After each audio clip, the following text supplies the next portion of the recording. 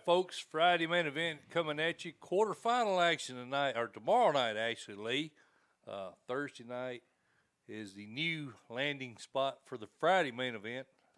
I don't know how that worked out, but I'm not changing the Thursday main event. Well, like I said, we're talking about what's going on Friday. That's true. Mike Molden and Lee Teat, we've got a great show lined up for you guys. We got Maryville head coach Derek Hunt will be on with us at 6:30. 6:45, we've got Vic Grider, South Pittsburgh's head coach. At 7 o'clock, we'll have John Olive, head coach at Tullahoma. At 7:15, we will have Huntingdon head coach Eric Swinson join us, Lee. All those guys are involved in really big games tomorrow night. Yep, and every one of them had really good seasons. They're all quality coaches, and we went on Facebook Live a little while ago and said this, but I don't think you're going to find that kind of lineup anywhere else, buddy. Yeah, I agree. And we are, as he mentioned, if you go to Facebook and search Friday main event, you'll find our page there. And we probably posted there as much as we do Twitter, I'd say, Lee. And we're at Tennessee Sports on Twitter. So a lot of avenues to get access to the Friday main event. Right.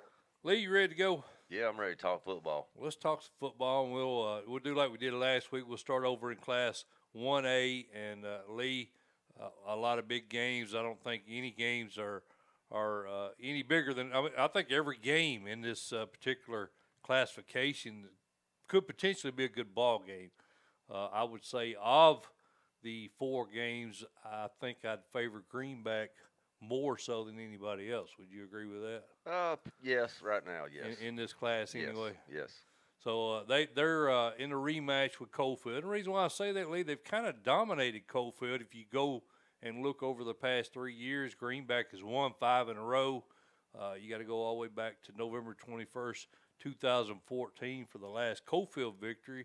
And, they had Parker McKinney. They had a good team for all those years, but they just, for some reason, couldn't seem to get it done against Greenback. And Greg Grind is probably a good reason for that. He's done a heck of a job coaching those Cherokees. Well, another thing, too, is these kids for Greenback, they've been in the 3 straight state title games. A lot of experience. So that's 45 ball games. Right. They've played in 3 years. Some of these freshmen are seniors this year. Right. Oh, now they're up into the almost 50-something ball games. Yeah. So that's a lot of games. They're is. very experienced. And Coach Ryan, man, he's kind of been Coach Henry's Achilles heel. That's really like 2 extra seasons. They've had 6 seasons of football, if you think about it like you just mentioned. You got 5 extra games for 4 years. So these are sophomores in college that they're playing, man. Well, I mean, they're just you like that reasoning there. Well, I mean, it does come into play because I don't think these games get too big for them. No, right. They're used to this, and like I said, Coach Ryan, he's kind of been Coach Henry's Achilles heel. And to be honest with you, Mike, I like the Cherokees again. I don't think Coalfield has gotten 50 points better since October the 5th. 49-0. That's what you're referring to was October the 5th. Greenback shut Coalfield out. I think Coalfield has gotten better, Lee, because they had a lot of young kids started. They only had 3 starters back on offense, 5 on defense. So as the season has progressed, they've gotten more experience. They've gotten better. They did beat a good Cloudland team last week, 29-24. But I think, as you said, I think Greenback a strong favorite in this one. You going with that? Going Cherokees. Going Cherokees. All right, Lee, if we look at the next game in that bracket, now this one I think has a lot of potential to be a good game. Even though it wasn't that great a game the first time through, we'll have Coach Vic Grider on with us a little bit later. This dude is tough to beat one time in a season, let alone 2. And that's no knock on Randall Bolden. I've been very impressed with what Coach Bolden's been able to do there at Whitwell. They got a lot of seniors, got a lot of experience. No doubt you got to put them as a favorite, don't you, Lee? Yeah, I think Whitwell right now is odds-on favorite to win this game because they're at home also. And, I've been on Josh Wingo all year. I think he's a solid player, but Coach Grider has that playoff moxie. Yeah. Same situation with his kids. They're used to this type of environment. And Coach Grider's been there a lot of times. I think he's going to be prepared. I just think maybe this year Whitwell has too many athletes. 34-12, Whitwell won this game back on October the 12th. I think Wingo, you mentioned Wingo. I think my understanding is he's been a little banged up of late. I think he did. Right. He did start on, at least I'm getting this from Coach T, and everybody knows Coach T is the best source for football information in the state of Tennessee. Wingo did start on offense last week against Lookout Valley, but I don't think they had him on the defensive side of the ball, Lee, so I don't know exactly how healthy he is. Hudson Petty, phenomenal leader on that Whitwell team. And then, I mentioned when I talked to Will Rabb earlier in the week, I think probably the advantage here, Warner Ashworth, the senior at quarterback, and, of course, Coach Grider starting a sophomore quarterback, that may be the difference in the ball game, to be honest with you. I agree. South Pitt's got two really good tailbacks in Ralston and Ronto Tipton. We saw those guys down there. Very impressed with watching the Marion County game this year. Mm-hmm. But like you said, I think as Warner Ashworth goes is how Whitwell's going to go. Right. And I think, I would give the advantage to him. So you're taking the Tigers. That's the way you're playing this out. I'm going to go Tigers, but I don't think it's going to be a 34-12 ball game like it was on the 12th. I don't either. It is going to be at Whitwell again, and, of course, that is an advantage. It's tough to win at South Pittsburg.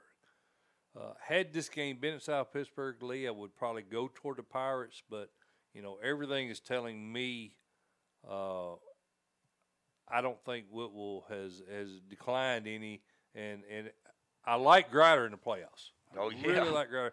I think this is probably a 3 to 6 point game, and I'm going to give a slight edge to Whitwell at home with seniors. I think Whitwell scores late to win it. Late to win it. So you think it's a close game close as well? ball game. All right.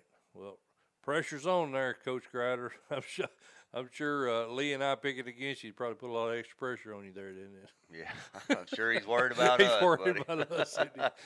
All right, Lee, let's move on over here to Middle Tennessee.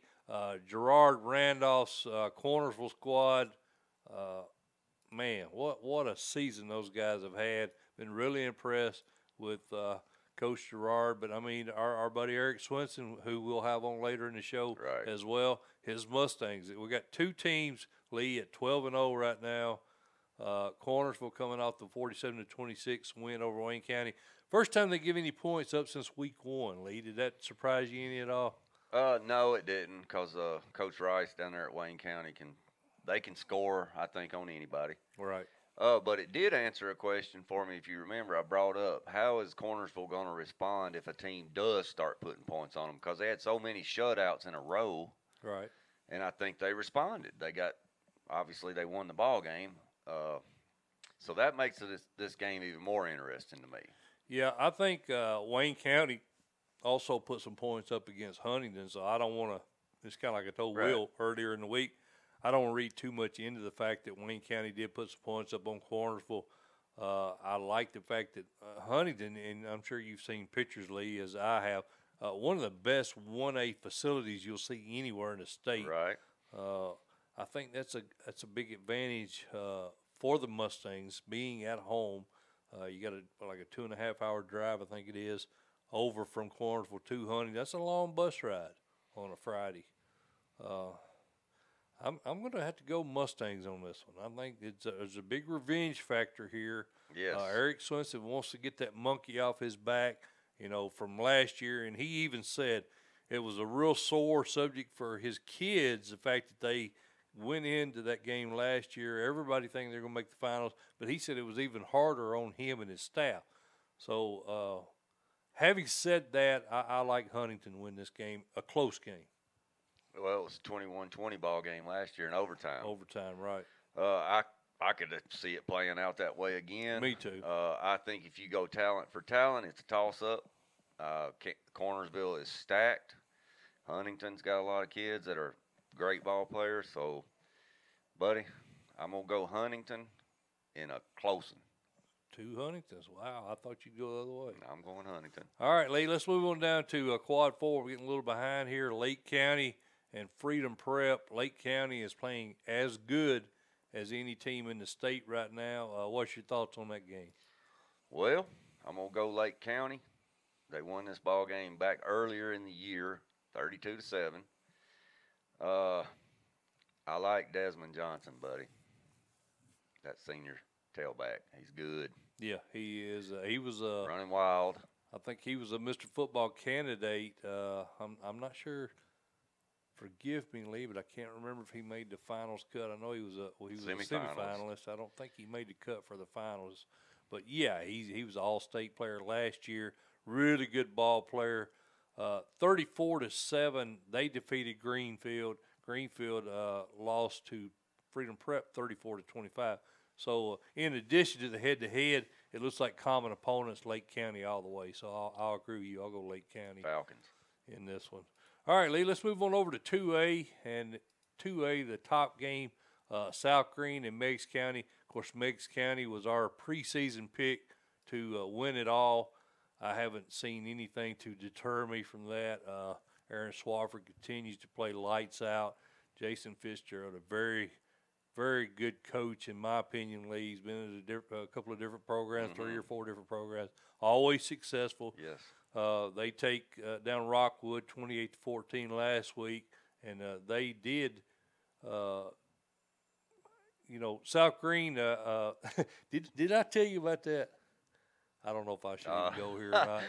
I'm gonna go here. Go check the video. I'm gonna go. That's all. I'm gonna go here. You need to see that because it's a travesty, and I don't know that changed the outcome. Some feel it did. Some said, I don't think the game should be taken away. But if you looked at the video, Lee, the chain gang for South Green, who was the home team, blatantly moved the chains in the middle of a 4th-and-1 play. Yeah, it went from 4th-and-1 to 4th-and-3. At least 2. Yeah. They moved it at least a yard, and it's terrible. It's terrible that you would do something like that. It's even worse that it didn't get detected. But anyway, I'm straying away from the subject. Well, here. It is what it is, but I tell you what, I think Meigs has got way too much. I do too. I like Meigs. I don't think there's any question as to who wins this game, and I probably shouldn't even have brought that up, but it kind of bothers me. Stuff like that bothers me, Lee. Does me too. Well, Meigs defeated South Green 46-7 last year in the playoffs, and of course. South Green was 3-7 last year entering that game. A much better South Green team this year, but I think it's going to be similar results. It may not be that bad, but I think Meigs picks up the victory. Now, what we want to talk about, Lee, is Trousdale County and Watertown. We got a lot of interest in this game. You and I have got a vested interest. We've got a lot of friends over there at both programs. Man, Mike. Well, I picked against Trousdale last week because Tyner has had a superb athlete down there, and I thought, well, they're running through everybody, and I was wrong. Watertown's got a superb athlete. I was wrong. Watertown's got a superb athlete. They do, and Heath Probably, Price. maybe even more superb. Yes, I agree with you. I think you need to ride that theory one more week. I'm not going to. The reason I say that is we were at this earlier matchup earlier in the season, and Watertown came back. Quarterback went down, Bryce Webster, with a busted collarbone. All right. Heath Price comes in, takes over at the quarterback spot. Athletic as he is, they pull out the win, 22-21. His dad cooks a pretty good burger too. At Trousdale, which is very tough to do. Yeah. But Trousdale did not have Kevont Bain. Kevont Bain is who? Their quarterback. And there's very few times where when he is on the field that he's not the best player, if any. Now, he's going to have a good matchup with Heath Price. Right. But I think top to bottom, with Kevont Bain in the lineup, I like Trousdale. You got your butt whipped last week. What happened? You done jumped off the bus. You jumping over with us Yellow Jacket fans now, ain't you? I have to right here, man. Especially after what they did to Tyner. I did not see that coming, and I'll tell you what, Coach Wagner. I'm just giving you a hard time, buddy. Hey, it's all right. It's good.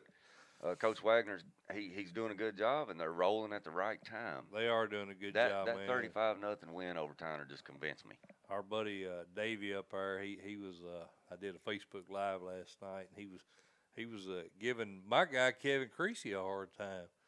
Former head coach at Trousdale County, won 3 titles there, but I could understand him giving him a hard time. Oh yeah. So who you liking? I'm going with the Yellow Jackets, brother. I was on them last week, and I'm going to stay on them, but I think it's going to be a close game again this week. Gavin Webster's squad, they proved last time out, and this was even before, the quarterback went down. They had the lead in the first half. They were, blow for blow, staying right with Trousdale County. I agree with you. I think Kevon Main is an added element that's going to help the Yellow Jackets. I mean, he wasn't an all-state player from last year for no reason. That's correct. The kid's a good ball player. So, I'm with you. What do you thinking score-wise? Got any idea? I'd probably go about I may shock you here, Lee. I think maybe 7 to 10 points, Trousdale on the road. What do you think about that? I was thinking 4. 4? Well, I really don't know. This was just an educated guess. Watertown's defense good. They are good. They are good. And I hope it's a good game. I hope the best team wins. So I love Coach Wester. I love Coach Wagner. I got friends at both fan bases. I hope the best team wins. That's what I hope. Exactly. All right, Lee. So we're both on the Yellow Jackets, right? Yellow Jackets. All right, Lee. The third game in this Class 2A is a rematch. I think you and I, we've been on Waverly all season. We had them preseason number 2 right behind Meggs. Got off to kind of a rough start, Lee, but they lost to Huntingdon, they lost to Fairview, they lost to Davidson Academy, they lost some really good football teams along the way. They've rebounded, got their record up to 9-3 now, and they did beat Decatur 48-27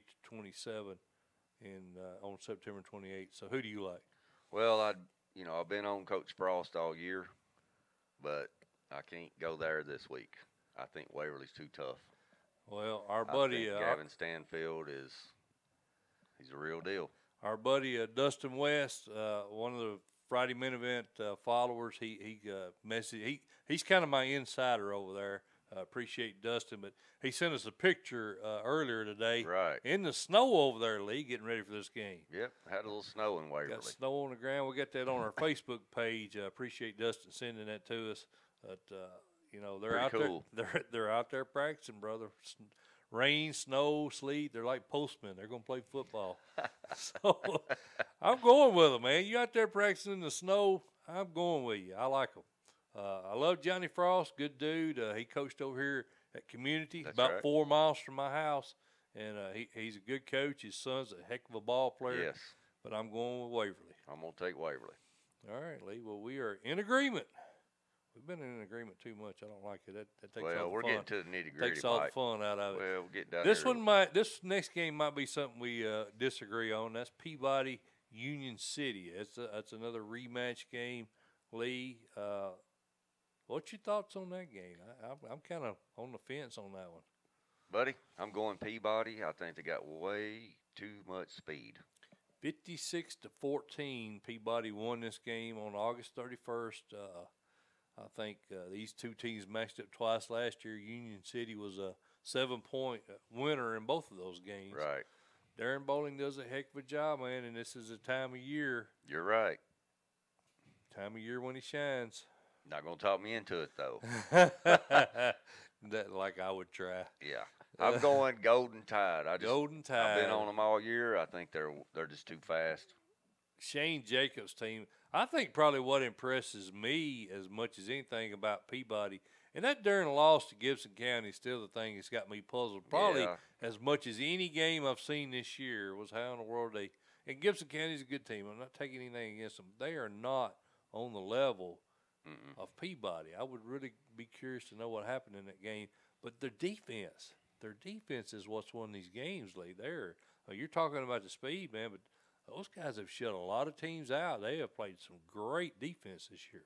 Well, and also this is a classic matchup, too, spread versus that flex bone that Coach Bowling runs. And if it's cold tomorrow night, I kind of give the weather factor I'll put that in the favor of the people keeping it on the ground, but I just think Peabody's just way too athletic this year. Union City, my understanding on Coach T is are healthy for the first time this year. Right. Got their horses back. They did beat Fairleigh, a team that I was high on last week. That's right. I actually picked against them. I did too. I think we both did. 35-28.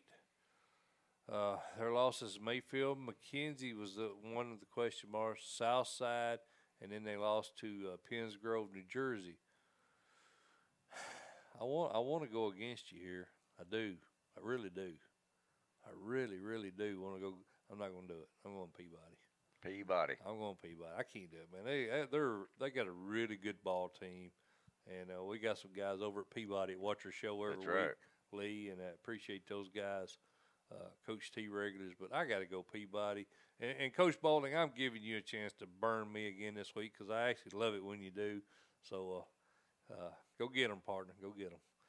All right, Lee, that's 2A. We're ready to roll into 3A, and we're going to have to move on with that so we don't get too far behind. Rock and roll. Rock and roll. In 3A, we got Austin East in a rematch with Alcoa. Alcoa, in my own personal opinion, Lee, may be the best team in the state, hands down, across all divisions. What about that?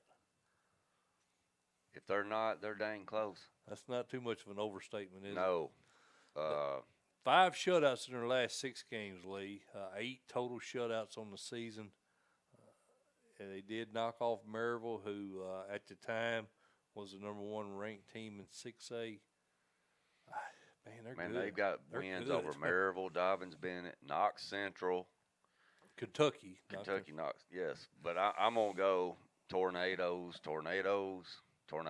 Me too. 31-8. Alcoa won this match in week 11, October 26th. I told Will I don't know that it's this close this time. What do you think about that? I don't think so either. I think it's a 30-point win this time. Statement game. It's 23 point. I think they win by 30 this time. That's hard to believe in a during quarterfinal match. But that's how I feel, Lee. Well, they got Walker Russell too, and Coach Rankin told us earlier. This is one of the first years in a while he's been able to throw the ball. Yeah, like comfortably. It makes him even more dangerous. Yeah. Well, Lee, if we both go on Alcoa, I'm pretty sure in that one. Let's move on down to the next quad 2, and this may be a really good game. You got Red Bank traveling to Upperman. Both of these teams are undefeated. That's right. Red Bank at 11-0, Upperman at 12-0. What's your thoughts on this matchup?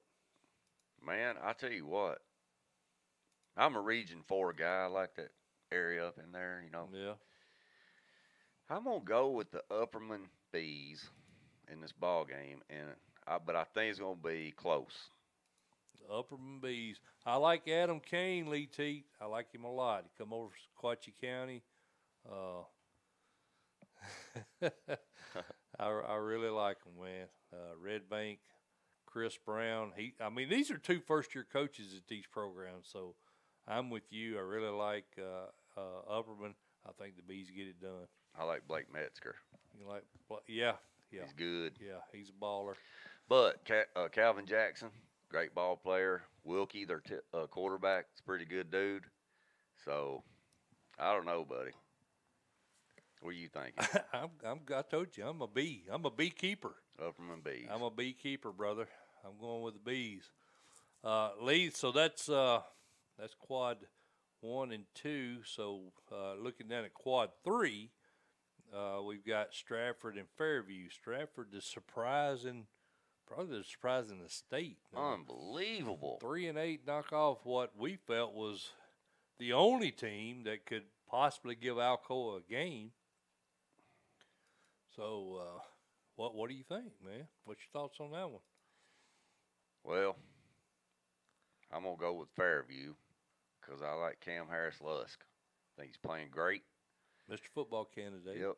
And I think that Stratford win last week. Can you do that 2 weeks in a row?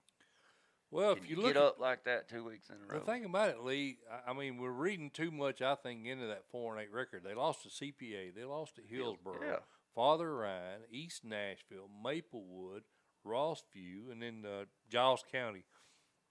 And Giles County's a good squad, but that, you know, that kind of tells you where they're at. You know, of the losses they have, probably Giles County was the worst loss.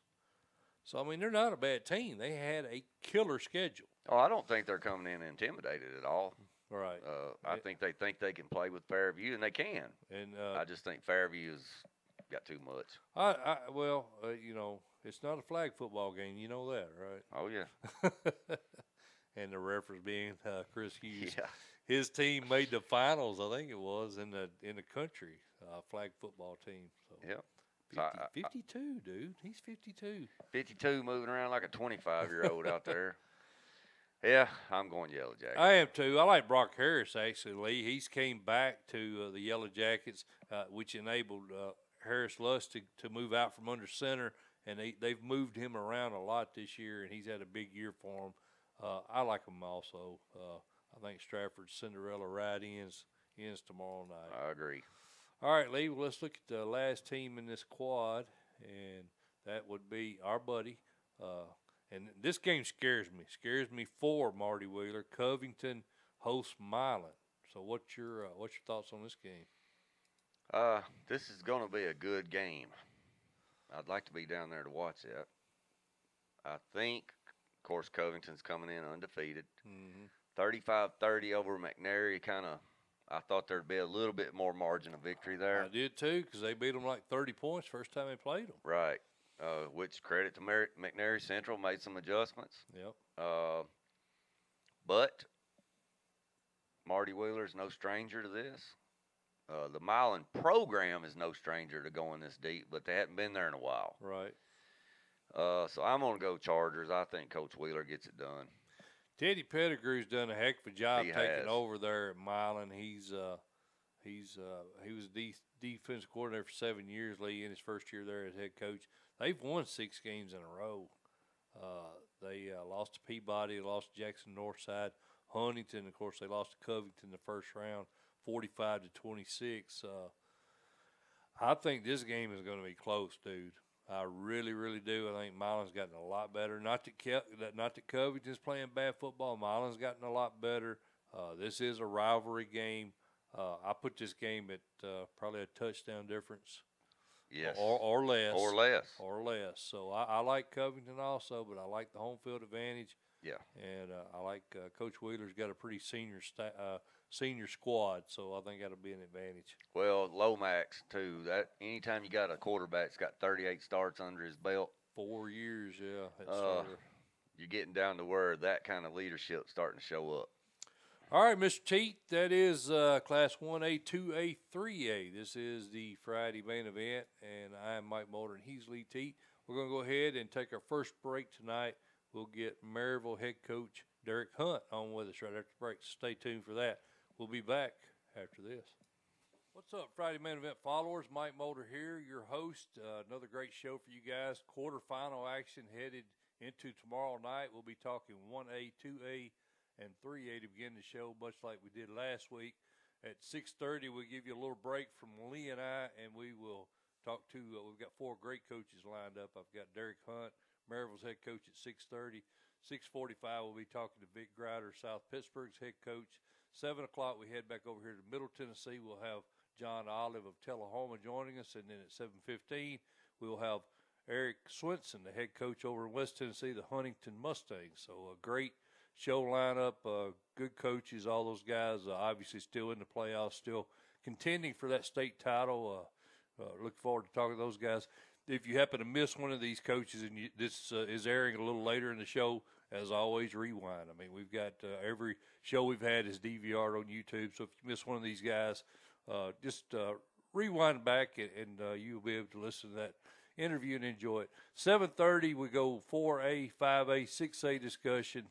A lot of great games in every class. Lee and I will break them down and give you our picks. So I think it's going to be a good show. This will be our last show for the season, except for our show we'll have in Cookville at the Blue Cross Bowl. We'll talk to all the coaches, winning and losing coaches, and I'll group that together. Of course, the format changes this year.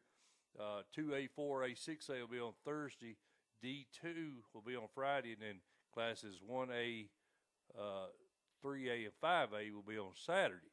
So I don't know exactly how we're going to break it down. I don't know if we'll put together a show for each day or if we'll put one huge show in with all the coaches. That'd be quite a big show. So what we may do is break down the 1A, 3A, 5A, and then on actually it'd be 2, 4, 6 on Thursday. We may put a show out for that, and then we'll do the 1A, 3A, and 5A. But at any rate, we will be done with playoff action leading into Cookville. So hope you enjoy the show tonight. Always, we're sponsored by CoachT.com. We appreciate Jim Thompson and his bunch sponsoring us all year. It's been a good situation for both of us, and the show has grown. I mean, we had a record number of viewers last week. Hopefully we knock that out this week, able to top that number. It'll be hard to do, but we'll give it a shot. And again, Mike Mulder and Lee Teat, and we hope you guys enjoy the show.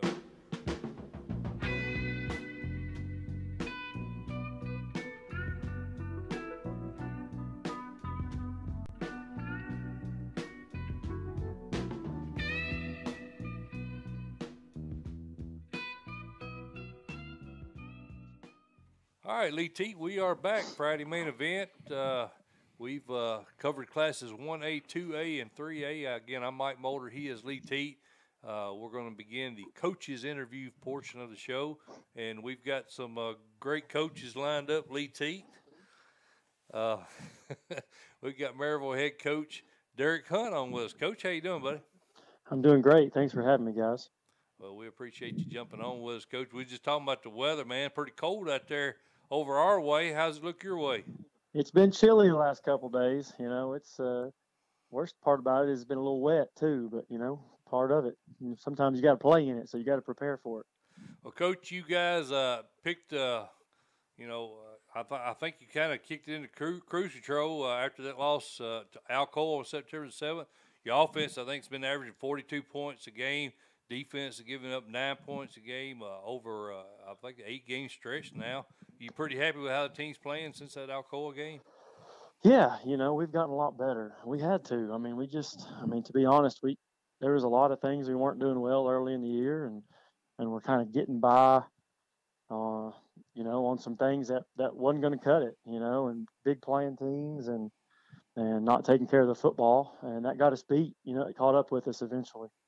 And so, you know, I do think we've improved. I don't think there's any question about that. We've kind of leaned on our defense a lot of the year. And offensively, we replaced 8 starters on offense from last year's team. And, you know, I know people say, well, it's Maryville, but it's 8 starters, you know, and it's a lot of good football players. But we definitely have gotten better. Our coaches and kids have done a fantastic job. And, you know, we've put ourselves in a position to make a run and have done so, you know, so far in the postseason. But we play a really good Farragut team tomorrow night. Probably the best Farragut team I've ever seen. Of course, I'm only 29, but that's not saying a whole lot. But it's a really good Farragut team. I know Coach Courtney, you know, does an outstanding job every year. He's been there a long time, so it's going to take our best effort. Well, Coach, you know, you won your first 2 playoff games pretty convincingly over Bearden and Science Hill. Yeah. Have you guys? Well, I want to ask you about injuries, but are you pretty healthy going into the game tomorrow night against Farragut?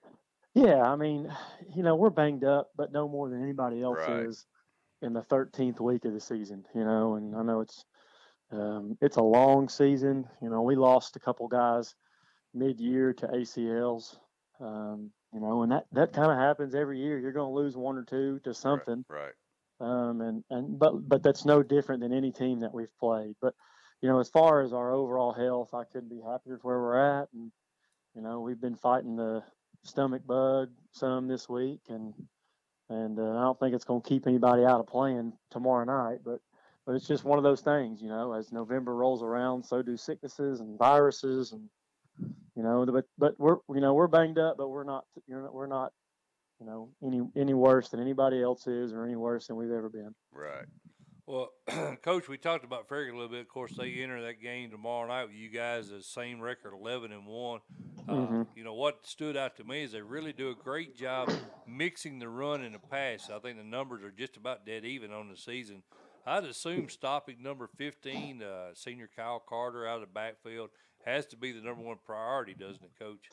Yeah, and I think you hit the nail on the head. They're extremely balanced, well balanced, and on offense, and they do a really good job mixing it up. They throw it down the field, keep you honest. But you're right. I think stopping their run game is definitely something you got to do, because they don't have to throw it if they can just turn around and hand it off. And so, they've got a great combination in the backfield, a nice power punch with a speed punch, and they do a great job. I just think they have been able to keep teams off balance all year long. Their one loss to Bearden, I think they only had the ball 5 or 6 times. I mean, incredible.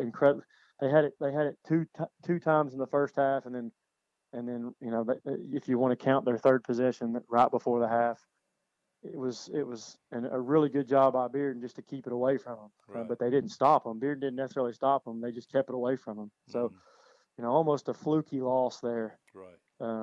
So I mean, they're going in the fourth quarter driving down to score, and they get a tough penalty, and that would have won the game for them. So I mean, they're very easily could be an undefeated team, and they do so many things well on offense that cause you some concern. Mm-hmm.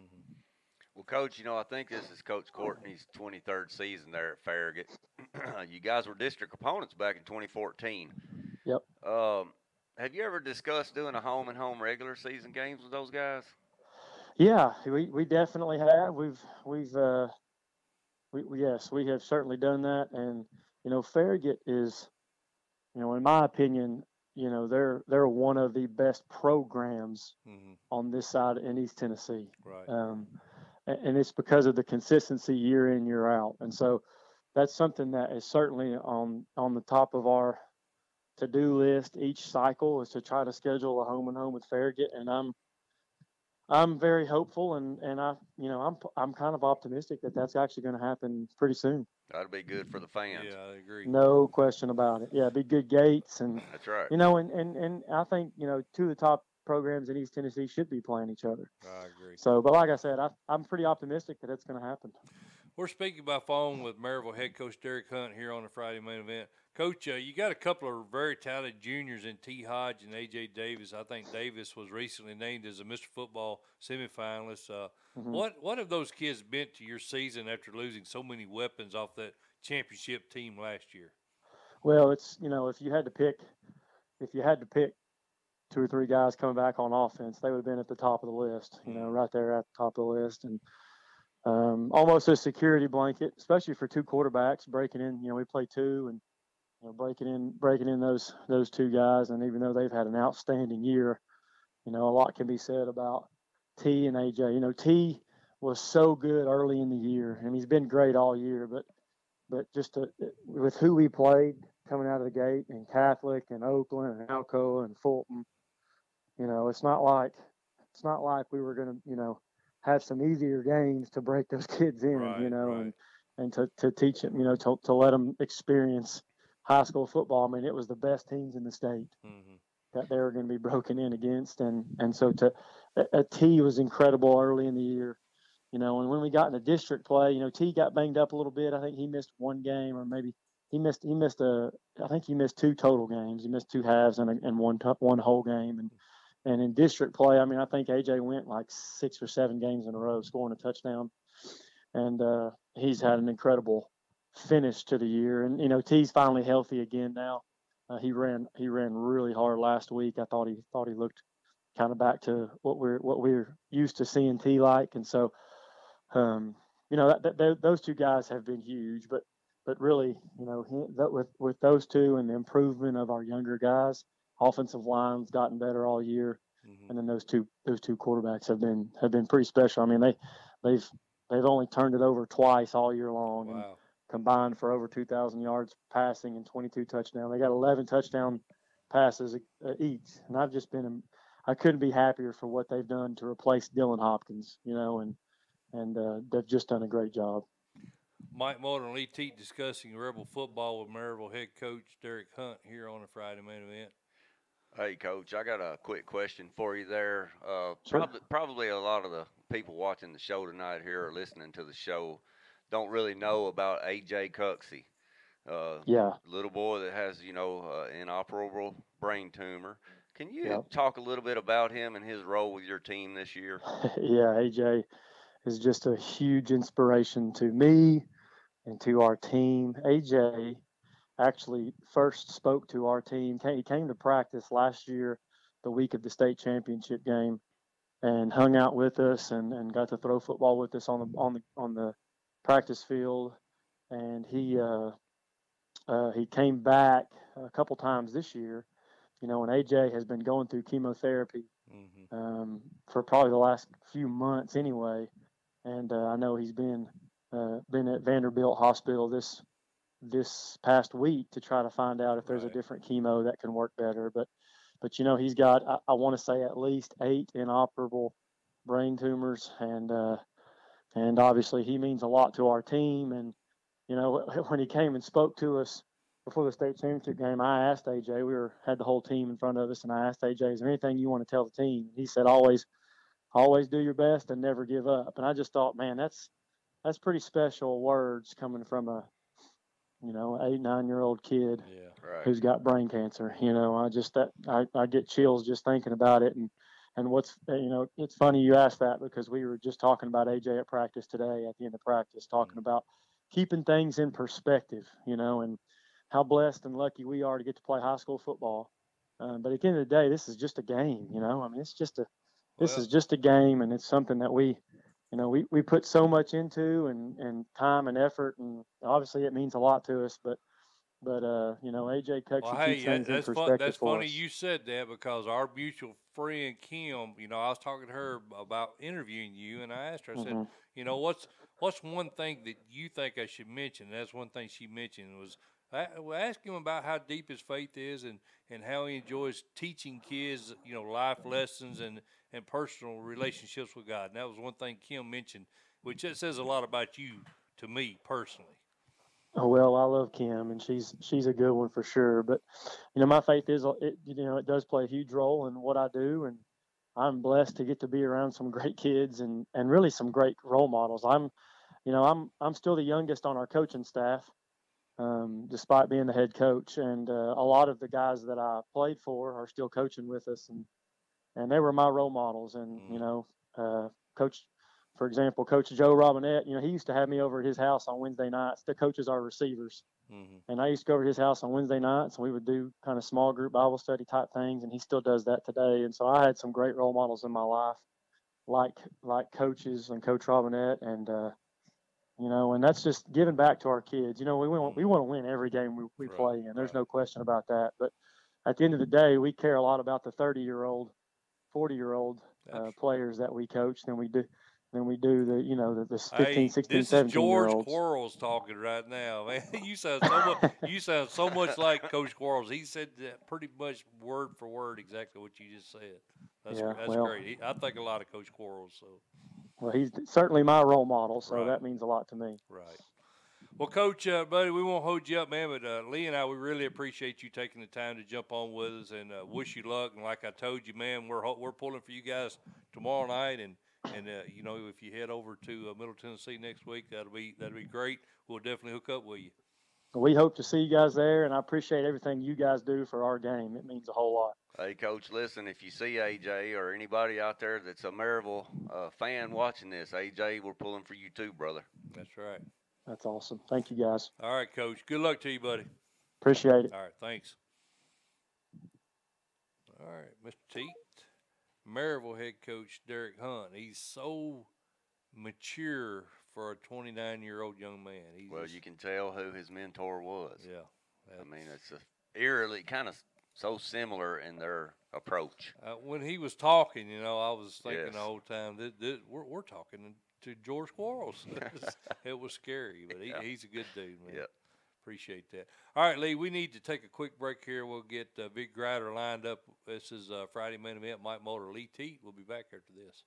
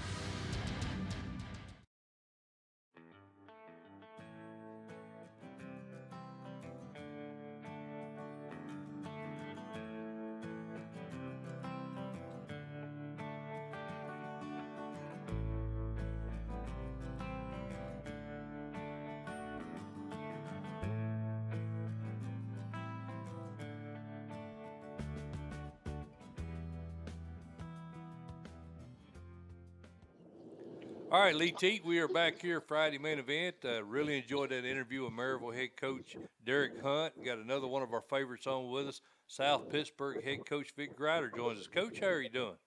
Doing good tonight, guys. Thanks for having me again. Well, Coach, we appreciate it. I say since last season, most of us expected you guys to have this rematch, this quarterfinal rematch. That was, I think, as soon as that game happened last year, everybody said, well, hey, we'll see this game again next year. October the 12th, Whitwell did take you guys down and won that region title. What did you take from that game that's going to help you guys tomorrow night? Well, that's not real complicated. We can't lay the football on the ground 3 or 4 times and expect to beat a good football team. Mm-hmm.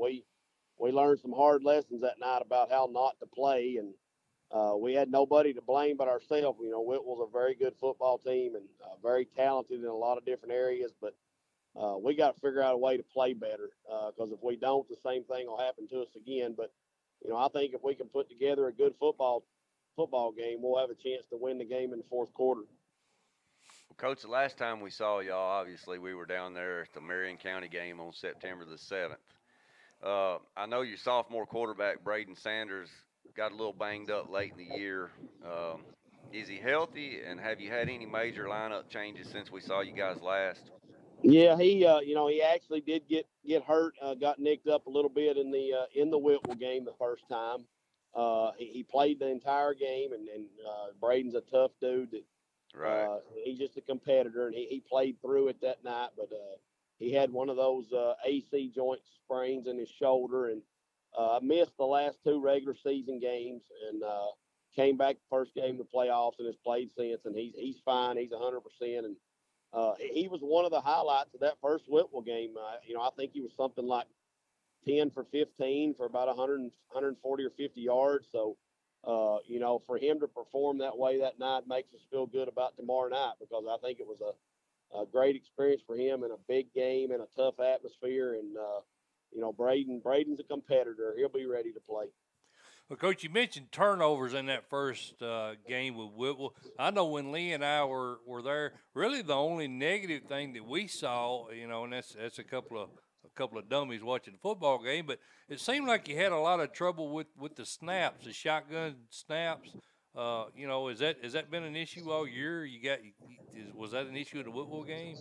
No, it never was an issue in the Whitwell game. Obviously, that game with Marion, we had some serious problems that night, but we got it fixed the next week and have not had any more issues the rest of the year. It was just one of those technique things that needed some cleaning up, and it just it showed its ugly head that night against Marion. But it's just one of those things that happened, and we got it straightened out and fixed. And those guys put in a lot of work, post practice work, and we've got it fixed. Good deal.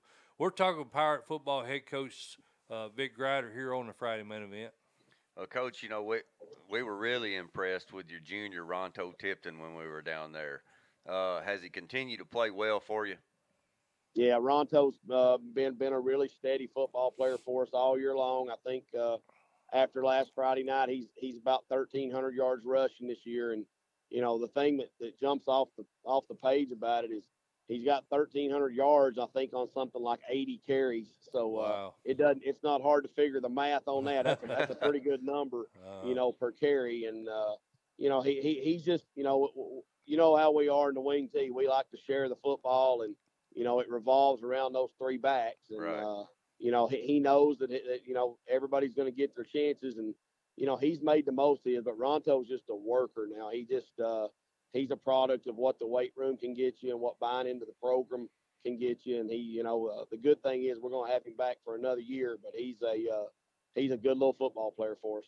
Well, Coach, I know you guys began the season, I think 5 shutouts in the first 7 games. Obviously, the schedule got a lot tougher there in the second half. Still pretty happy overall with how the defense is playing now? Well, I think we've gotten better the last few weeks.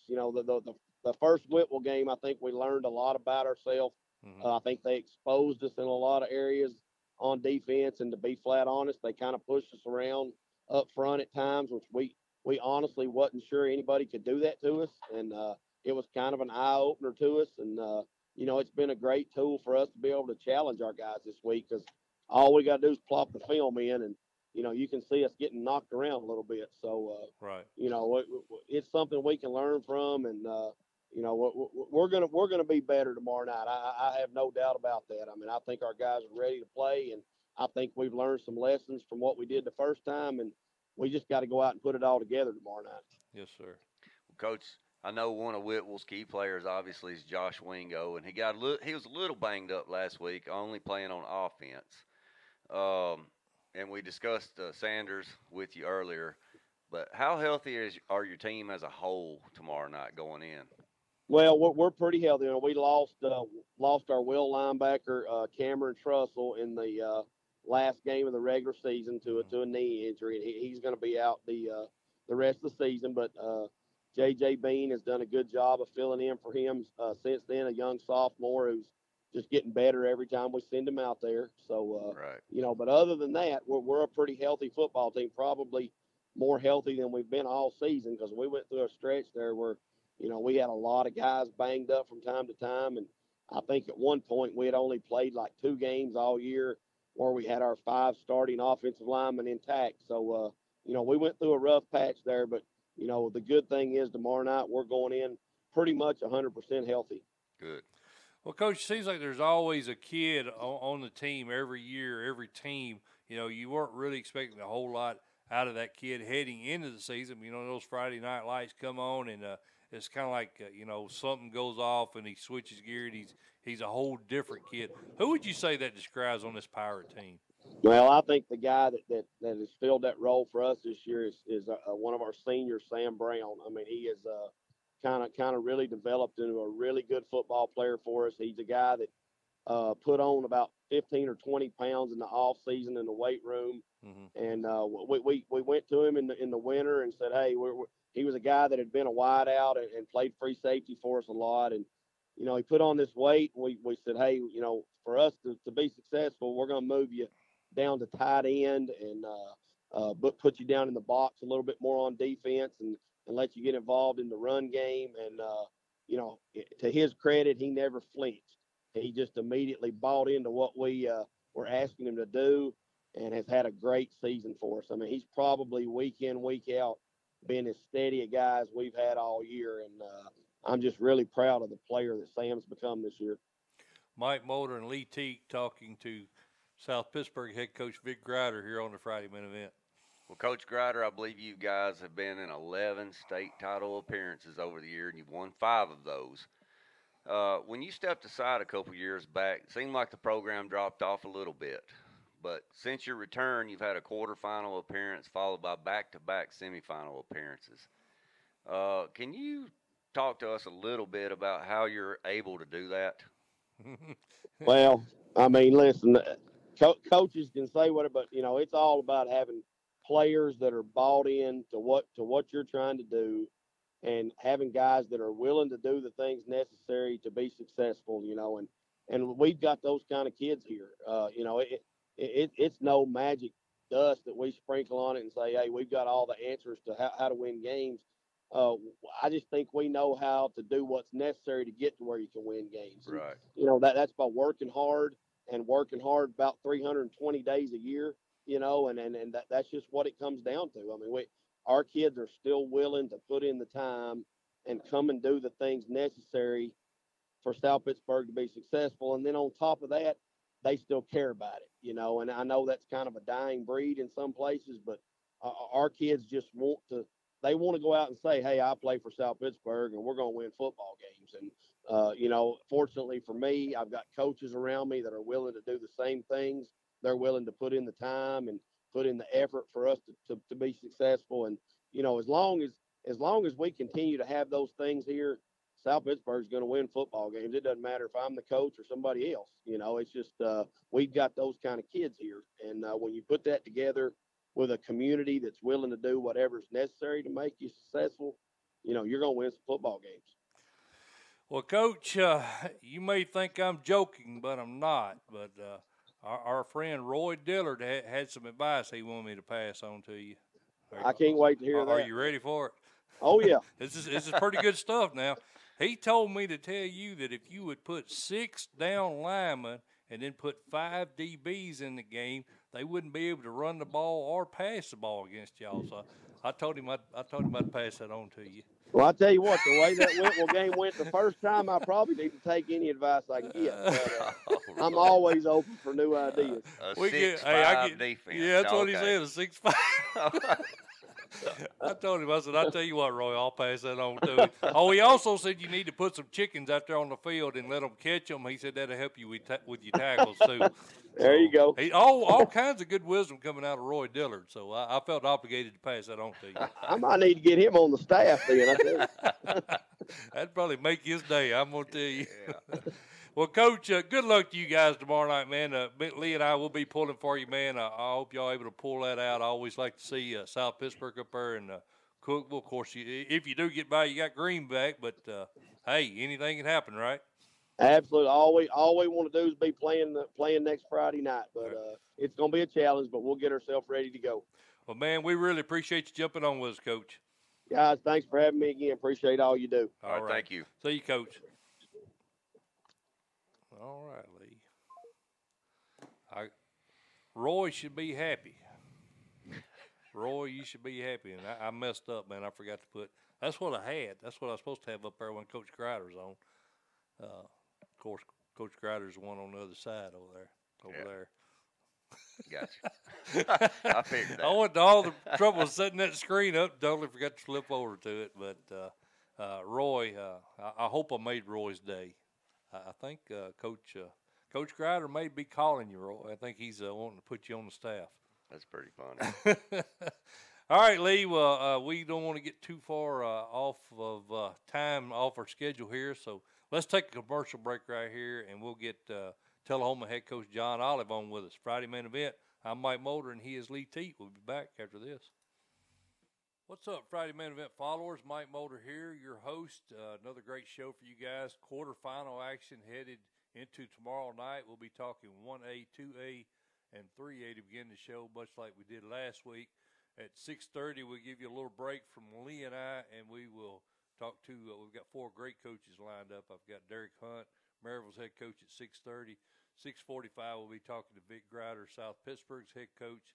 7 o'clock, we head back over here to Middle Tennessee. We'll have John Olive of Tullahoma joining us, and then at 7:15, we'll have Eric Swinson, the head coach over in West Tennessee, the Huntingdon Mustangs. So a great show lineup, good coaches, all those guys obviously still in the playoffs, still contending for that state title.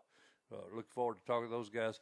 If you happen to miss one of these coaches, and this is airing a little later in the show, as always, rewind. I mean, we've got every show we've had is DVR'd on YouTube, so if you miss one of these guys, just rewind back, and you'll be able to listen to that interview and enjoy it. 7:30, we go 4A, 5A, 6A discussion.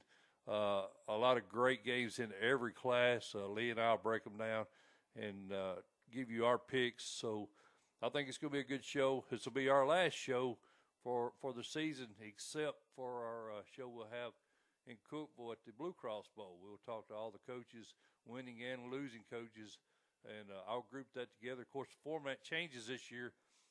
2A, 4A, 6A will be on Thursday. D2 will be on Friday, and then classes 1A, 3A, and 5A will be on Saturday. So I don't know exactly how we're going to break it down. I don't know if we'll put together a show for each day or if we'll put one huge show in with all the coaches. That'd be quite a big show. So what we may do is break down the 1A, 3A, 5A, and then on actually it'd be 2, 4, 6 on Thursday. We may put a show out for that, and then we'll do the 1A, 3A, and 5A. But at any rate, we will be done with playoff action leading into Cookeville. So hope you enjoy the show tonight. Always, we're sponsored by CoachT.com. We appreciate Jim Thompson and his bunch sponsoring us all year. It's been a good situation for both of us, and the show has grown. I mean, we had a record number of viewers last week. Hopefully we knocked that out this week, able to top that number. It'll be hard to do, but we'll give it a shot. And again, Mike Mulder and Lee Teat, and we hope you guys enjoy the show.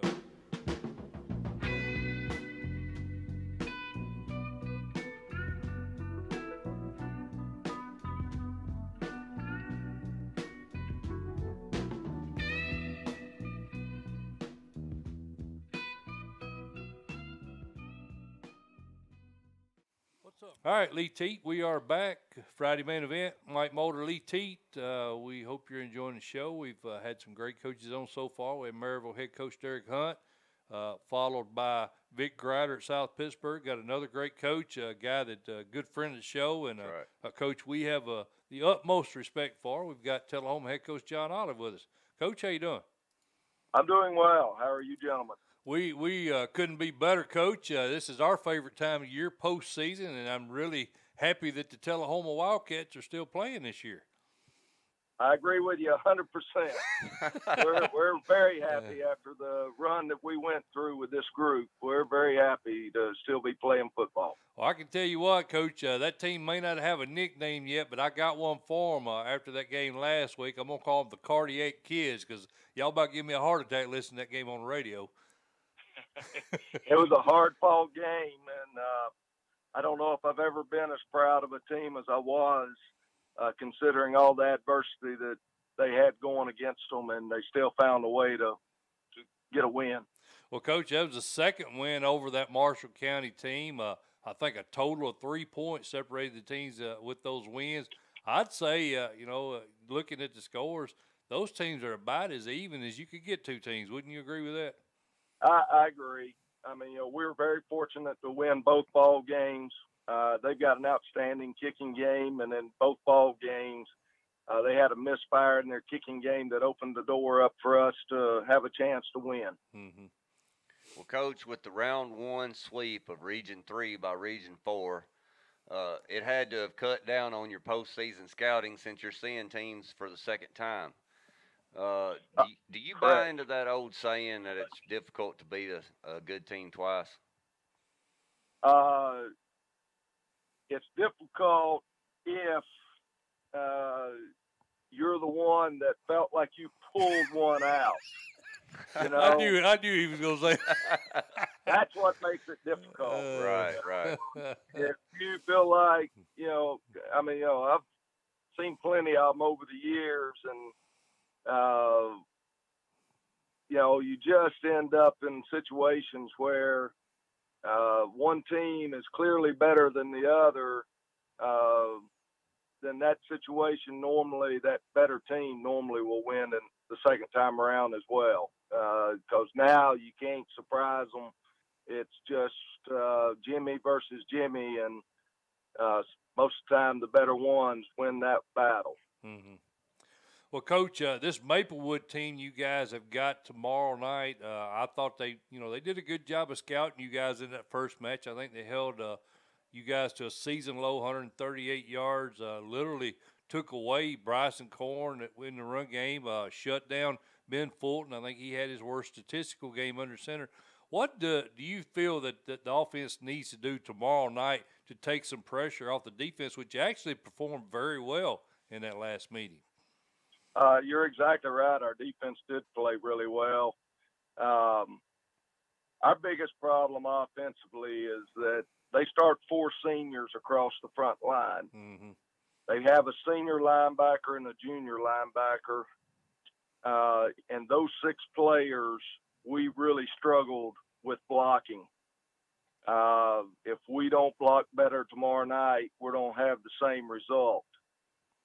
We've got to be able to win some of those battles, especially against their 2 defensive tackles. Their 2 defensive tackles just absolutely gave us fits. Mm-hmm. And, we're starting a senior at center, 2 sophomores at guard, and 2 freshmen at tackle. And your first backups, are a senior, and then we go sophomore. And that's our first 2 backups. So we've got some young kids that we hope that we've changed some things schematically that can help them to be able to block a little better than we did last time. Mm-hmm. If we don't, then it's only come down to our defense trying to keep us in the ball game. And it'll come down to that anyway. Both teams rely on their defense. Right. Maplewood had 3 safeties last Friday night. We had our 3rd safety for the year, and we were celebrating getting 3 safeties in 1 year, and they get them in 1 ball game. That's crazy. They're the best defense we've seen all year long. Mm-hmm. We're talking Wildcat football head coach John Olive here on the Friday Main Event. Well, Coach Olive, we interviewed Maplewood's head coach, Arcente Broom, prior to your last meeting, and he actually mentioned how impressed he was with your defensive end, Ty Cox. It really says a lot when the opposing coaches know a member of your team by name. Do you agree with that? I agree. I mean, he's got 2 outstanding defensive ends. We think we've got 2 outstanding defensive ends.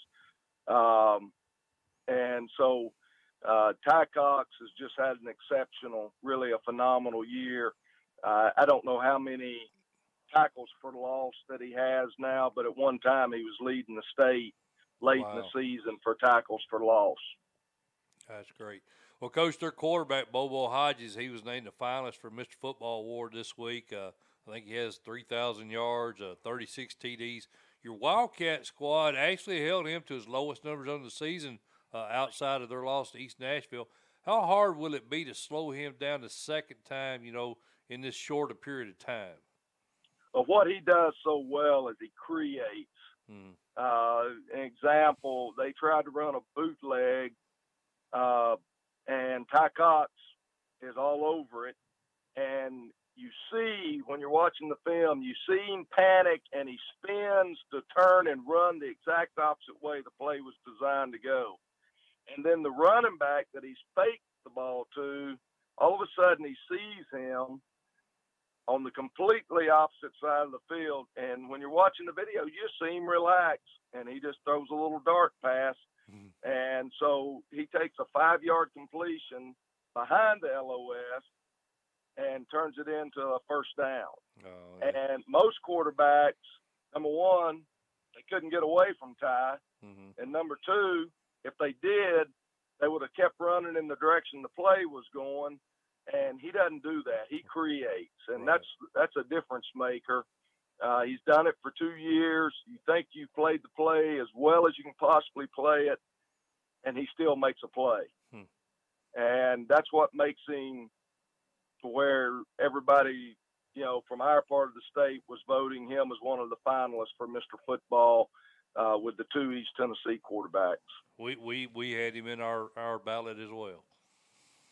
He's an outstanding player, and I don't know if he'll play quarterback at the next level or whatever, but he just makes plays. That's the biggest thing that I've watched him for 2 years do is he I don't know, he had 31 touchdowns the last time I checked to 3 interceptions. That's a pretty good ratio. That's pretty darn good. Yeah, I'd take that one. Yep. Well, Coach, speaking of quarterbacks, Ben Fulton, I know you're getting him back next year. Talk a little bit about his growth this season. Well, Ben's come a long ways. He's gone from being an unsure, type player to showing us how tough a player he is. He took a big-time shot the last time we were up there at Maplewood, and I really thought it had put him out of the game. And next series, when we get the ball back, he's right back out there and he's competing. And these last few weeks, he's made some big plays for us. And sometimes it's with his feet, sometimes it's with his arm, but he's done an outstanding job of growing, and he's completing better than 60% of his passes, and he's just gotten better and better. And we know we're facing one of the best defenses that we see. Last time, it's hard to throw the ball when you're running for your life back there. And like I said, we really struggled blocking their front four. Mm-hmm.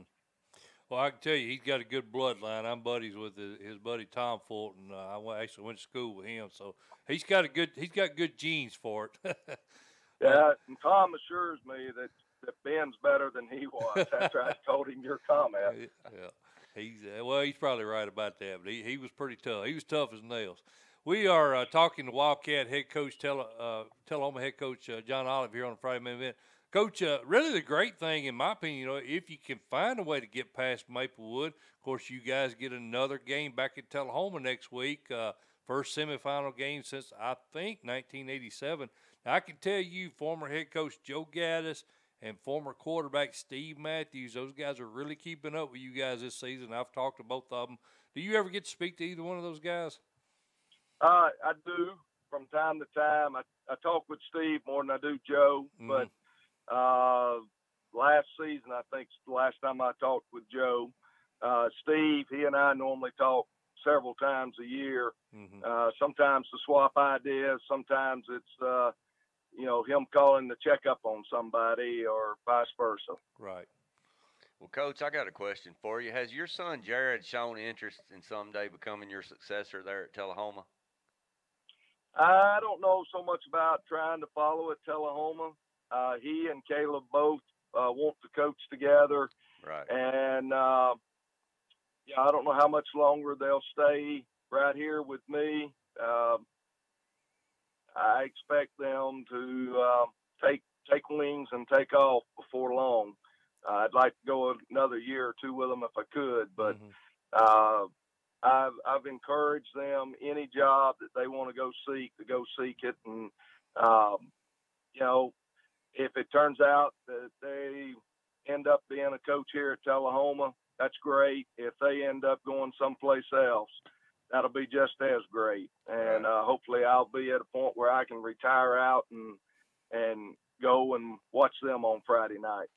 Well, I know, the legacy you've left there at Tullahoma, I'm sure all the folks over there in that town would be more than happy to have another Olive succeed there at the coaching level. So those kids, they've got a lot to look up to if they're going to try to follow you. I can say that. Well, thank you. They do really well and have done a great job since they've returned here to Tullahoma. And our coaching staff has done a great job this year. I take my hats. We were talking out here this afternoon as we were warming up for practice, and I just told everyone up. I said, a lot of times we get moving really fast, and I don't tell you guys thank you enough, but our defense is the reason that we're still playing. I agree. And Coy Sisk and Steve Britton and Corey Searcy and Brady Goodman, Jared Olive, those guys have got that side of the ball playing really well, and that's what gives us a chance tomorrow night. I totally agree with you. Coach, Lee and I appreciate you taking the time to jump on with us, buddy. We'll be definitely rooting for you guys. I'm going to try to listen to Scott Chastain call the game a little bit tomorrow night, and good luck, brother, and hopefully if you guys can get by this one, we can talk to you again soon. Thank you very much. I appreciate it very much, and I wish you guys the best. Hope y'all have a warm Thursday night. All right, Coach. Thanks, Coach. See you, buddy. See ya. All right, bye-bye. Bye-bye. All I can say about that guy, I can sum it up in one word, Lee: class. Class. Class act. Class act. I love Coach Olive. Man, Tullahoma I don't think a lot of them realize how fortunate they are to have him over there. He does a great job, and he's another one of them, Lee. We got several coaches in our little coaching fraternity that you and I talk about. I would love to have that guy over my kid. That's right. and John Olive is the persona of a an example for a young guy. I would agree wholeheartedly. Yeah. So, all right, Lee.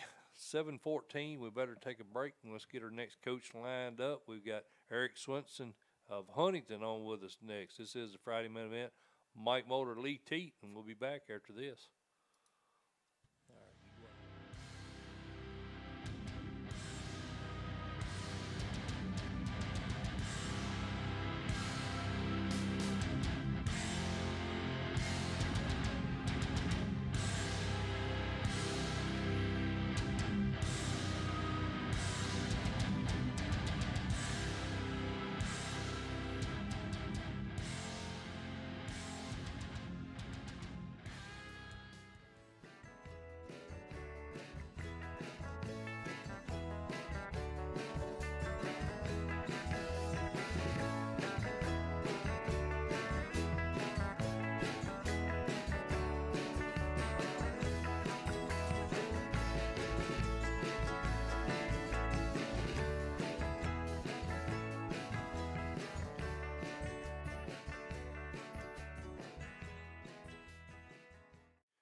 All right, Lee Teat, we're back here on the Friday main event.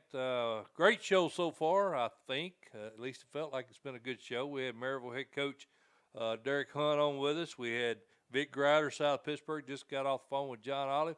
Got another regular on the show, one of our favorite coaches. We got Huntington head coach Eric Swinson on with us. Coach, how you doing? I'm doing good. How y'all doing? Good. Like I was telling you in the break, man, we've been freezing to death over here. Man, I tell you, this is, I think this is the first night in 29 years of doing this that I can remember snow in November. It got me out of school. Well, at least it got you out of school. That's exactly right. That was a good thing. Well, Coach, this is, I think this is the second year in a row the Chargers have entered this contest with Cornersville, both you guys at 12-0 this year. I know Lee and I, and I'm sure, guys, other guys have felt, all season this game was going to happen. How big is that, they've got to go the 2.5-hour drive this year. You guys made that last year. How big of an advantage is that they have to make that drive this year? Well, I mean, I think it's definitely an advantage. I think just the home field is an advantage for high school teams in general. So, it's going to be a great atmosphere, though. I mean, I'm sure they're going to bring a massive crowd. And we've already got people saving their seats at our stadium the last 2 days. So I think it's going to be a great atmosphere. Mm-hmm. And I'm glad it's at home. I'll tell you that. All right. Well, Coach, the game last year basically came down to 2 missed extra points. I noticed this season compared to last season, you guys have made much higher percentage of your PATs, including 8 out of 8 last week against Mount Pleasant. I'm assuming you're much more comfortable this year with your kicking game heading into tomorrow night. Oh yeah, you know what? We have a young man named Cole Edwards who is our kicker. Now he kicked last year, and I think that bothered him. They said he missed those 2 extra points, and I'm telling you, I believe it was the week after, or maybe even the day after that game, he was on our field practicing, and he's turned himself into a really good kicker. He's capable. I think he hit a 41-yard field goal this year. And he's capable of doing that. He puts a lot of balls in the end zone on kickoff. So I think it bothered him as much as it did anything. And he immediately started working on that, and he put that work in all winter and all summer. Well, Coach, we talked about that game last year. I kind of looked back over the stats. I saw the Bulldogs defense. They did a nice job of holding you guys below your season average on total yards. You did get some scoring help, I think, with a kick return for a touchdown. What were they doing last year that was really causing your offense problems? Well, I think it was just they give us a different look up front than what we were used to seeing, and we had a lot of penalties. We actually turned the ball over in that game, and we hadn't fumbled since game 1. Mm-hmm. And plus just the fact that their scheme, they're a very good defensive team. Right. They're a 3-4 team, and they wrong shoulder everything, try to spill everything to their safeties, and the guy that was against us last year, I'm telling you, if Woodard had 1 tackle, he had 21 tackles. Wow. I mean, he was coming downhill. He tomahawks everything he sees coming downhill, and he's just a real good football player. So last year he had a ton of tackles, and of course Whitaker's back there with him at safety, and they're both good. We're talking by phone with Huntingdon head coach Eric Swinson here on the Friday main event. Well, Coach, when we talked to you back on September the 7th, your new quarterback, Hunter Ensley, only had a couple games under his belt. Now he's got 10 games later since we've talked under his belt, and he's got 1,334 yards rushing and 29 touchdowns. Leading into this year, did you expect him to perform that well? I would have said no, just because of the fact that I didn't know. I knew he was a good enough athlete. Right. I mean, I did not know, a lot of times, even if you're a great athlete, maybe you're not that, you're not a true runner. So because we never got to see him run the ball last year. Mm-hmm. He played tight end, receiver, and he didn't get to play a whole lot of quarterback during games because we normally brought in our JV people. And but he took it over, and he just gradually, from the get-go, he just kind of he looked good doing it, and I think he just got the knack of seeing the play develop and knowing where his outlets were, and he took off. So he's been he's just a junior also. Well, talk about him. He's having, such a great year for you guys. You also got DeQuan Robertson, Brandon Lawton, those guys additionally having great years. And when I see a bunch of guys having good years running the ball, to me, that says, hey, your darn offensive line is doing a great job. I know you got all these kids you just mentioned. You got them coming back at the skill position next year. How many of the guys in the trenches do you get back next year? Oh, let's see. We lose. I think we get back three. I think we get back three, maybe four of them. I think those guys will be back, and we've got some backups that are going to be really good next year also. But we do have. You're exactly right. It's the line. It's the offensive line who has provided they're the key ingredient to the rushing attack that we have, and they're the boss of their own plays, and they call the scheme, they call the gaps, they call the blocking scheme, and they've done a really good job of that. And we totally changed everything up from last year also. So it's made them. They're just they've worked hard in the off season, and so far they've had great years. Well, Coach, when you compare schedules with Cornersville, I definitely think you guys have had a much tougher road to get to where you are, with 6 of your opponents making the postseason, and 2 of them are still playing tomorrow night. Do you think that strength of schedule will be a factor tomorrow night if this game is close in the later minutes?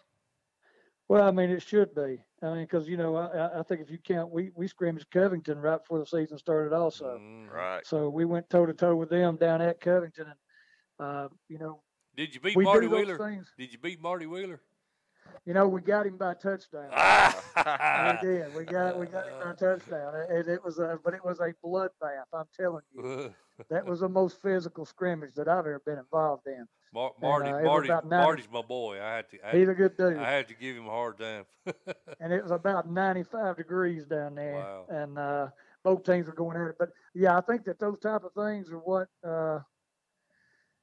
playing Milan, playing Camden and Waverly, who's still in it, and playing all those teams like that, I think is first off, we like to play up and we like to play tough teams. Our kids get very, very excited about that kind of stuff. And but if you can make it, you can make it through it healthy. Yeah, I don't think it can hurt you. Right. And they can fall back on those. We've seen speed. We've seen great passing attacks. We've played against 2 Mr. Footballs. Now it's fixing to be 3. And, our kids, I don't think it can do anything but make you better. Right. Mike Mulder and Lee T talking Huntingdon football with head coach Eric Swinson here on the Friday Main Event. So tell me, Coach, if Lee and I plan to take a trip over there next season and we're seriously considering, I'm guessing the Milan game, is that the biggest game for you guys? Is that the one you'd recommend us scheduling? Yeah, that's a big ball game for us. A traditional rival. That game should be here this year. We played them there last year, even though we're rescheduling. But yeah, that's a great ball game to attend, the Dog and Pony Show, and it's always a great crowd. And I tell you, the Waverly games has turned into a great, just a great atmosphere and great crowd. Well, Coach, speaking of schedules, have you got your non-region games booked for next season, and are there any new teams on your schedule? No, we've got it booked. We've got everybody's. We kept everybody that we had this year. So Okay. our non-region will be McKenzie, Camden, Waverly, and Milan. All right. So Waverly and Milan, that's the two you're recommending us come check out. Is that Waverly game at home also? That Waverly game should be away this time. Okay, so as if I'm wanting to go to your field, I want to go to your field. I'd say Milan. I've heard so much talk about your field. I want to come over there and eat that steak. You want to come see the Milan Eat that game. steak dinner. I know you're gonna buy us when we get there. You gonna come on? We'll do it. Well, brother, wish you luck tomorrow night, man. You definitely gonna have a good ball game. Gerard Randolph, like you said, a good ball team, and I wish you luck. I hope the best team comes out of it. I'm not gonna say I want you to win. I'm not gonna say I want him to win. I want the best team to move on. Well, I appreciate that. And they do. They have a great team. I mean, they've got a great team. A lot of those kids been starting since they was freshmen, probably even in 8th grade. From what I've read, but they're just they're fundamentally sound. It's going to be a great atmosphere, and we can't wait. Yes, sir. All well, right. Coach, good luck to you, partner. We really do appreciate you coming on with us every year. You're one of our favorites. Well, I appreciate that, and I enjoy talking to you guys. Thank you. All right, Coach. See you, buddy. See you. All right, Lee Teat. I was being serious. I'd like to go to Huntingdon to a ball game. You up? You in? Yeah, I heard they got a really nice field. Man, they got probably, if not the best 1A field, it's among the best. That's one I want to go see. I think they got turf over there, I believe. I'm pretty sure they got turf. A lot of good kids coming back too. Yeah, that's what I'm saying, man. I mean, it's like I thought maybe the line might be the deficiency. That's why I asked him that question, because I know he's got pretty much all of his skill players back. Right. We done talked to that, and then he said, 3 or 4 out of his 5 linemen. I'm looking at preseason number 1 right now. Is the way I'm thinking right now. Anyway, that sounds pretty good if you're Coach Swinson. Yeah, absolutely. So, I think that's definitely a game that we need to consider. Oh yeah, we're gonna map that schedule out. We'll probably put that out sometime in the spring. What games we plan on going to see. We'll see what everybody. I want to wait till the new schedules come out. They may be that diamond in the rough, a non-region game that we really, really want to see. So I'm going to wait till the schedules come out. We'll put that Friday main event schedule out.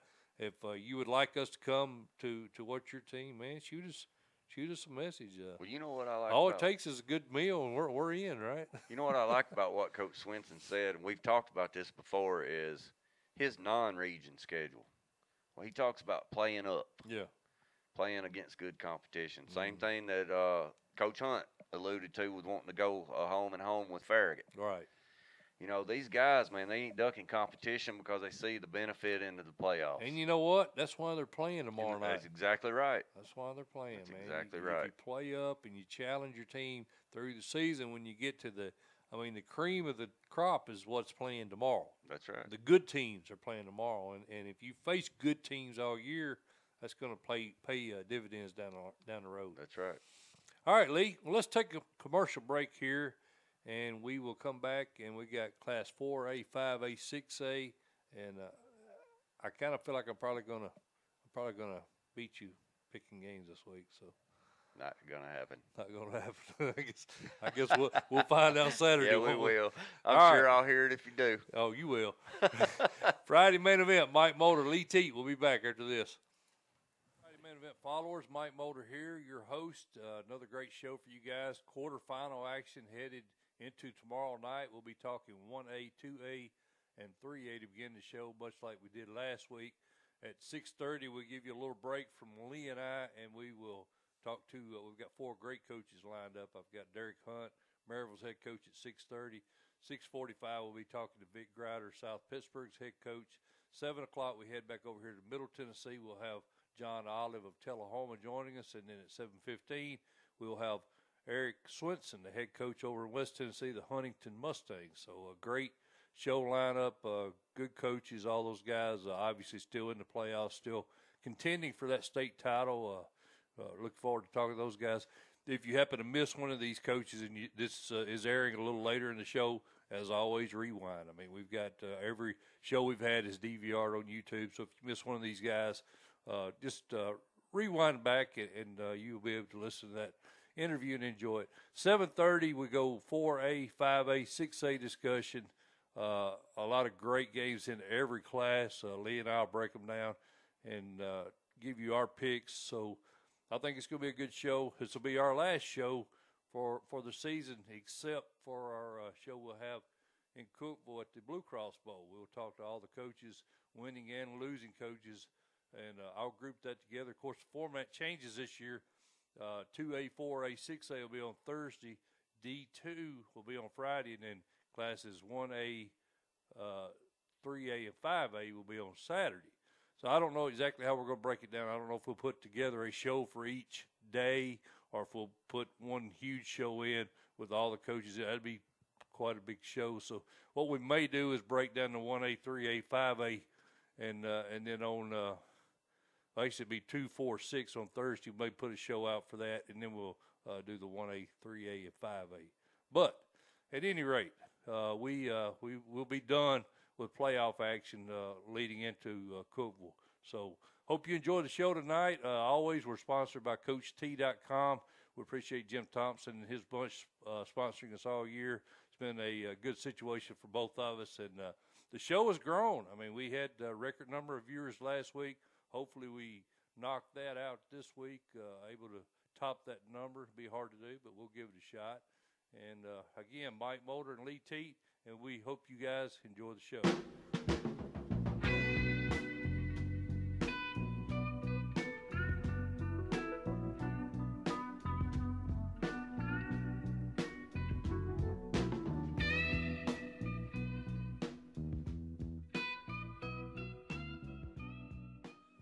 All right, Lee, I was pretty satisfied with that coaching portion of the show. I thought we had some great coaches. Well, they're all playing. They're all playing, that's right. I mean, I don't mean just great coaches. I mean great guys to interview. I really enjoyed interviewing. And that's the reason why they're regulars. All four of those guys are guys that I've been interviewing. Well, I wouldn't say Coach Hunt because he's only in his second year. But the other guys, man, I've been interviewing them since I've been doing this. And I always try to get them on as often as I can. So, Lee, are you ready to pick some more games, buddy? Let's roll. You ready for that butt kicking you I'm ready. Get? Yes, sir. All right, well, let's head on over to 4A. You know that old saying, if you're going to be stupid, you better be tough. You tough, I'm huh? pretty tough. All right. Yeah, I don't deny that. I don't doubt that. You look like a pretty tough dude. I'm not going to mess with you. Anderson County and Greenville, Lee Teat. Preseason, we was all over Greenville, 100%. Where you at now? Wow. I'm still pulling with Greenville. I said as long as they got Cade Ballard at quarterback, I'm going to stay with them. Yep. I think he's healthy right now.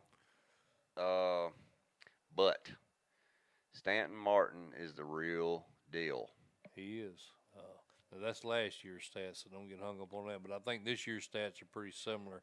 They are. And listen, they boat raced Elizabethton. And you're surprised by that? I was surprised at the margin. The margin? I was too, Lee. I'm not going to lie. Because Elizabethton, Greenville only beat them 35-20. We were at that game, if you remember. I thought Everett looked really good, but apparently he couldn't get it done last week, only getting 21 against Elizabethton, or excuse me, against Anderson County's defense. I've struggled with this one. I didn't think I would struggle with this one, but I keep going back to last year.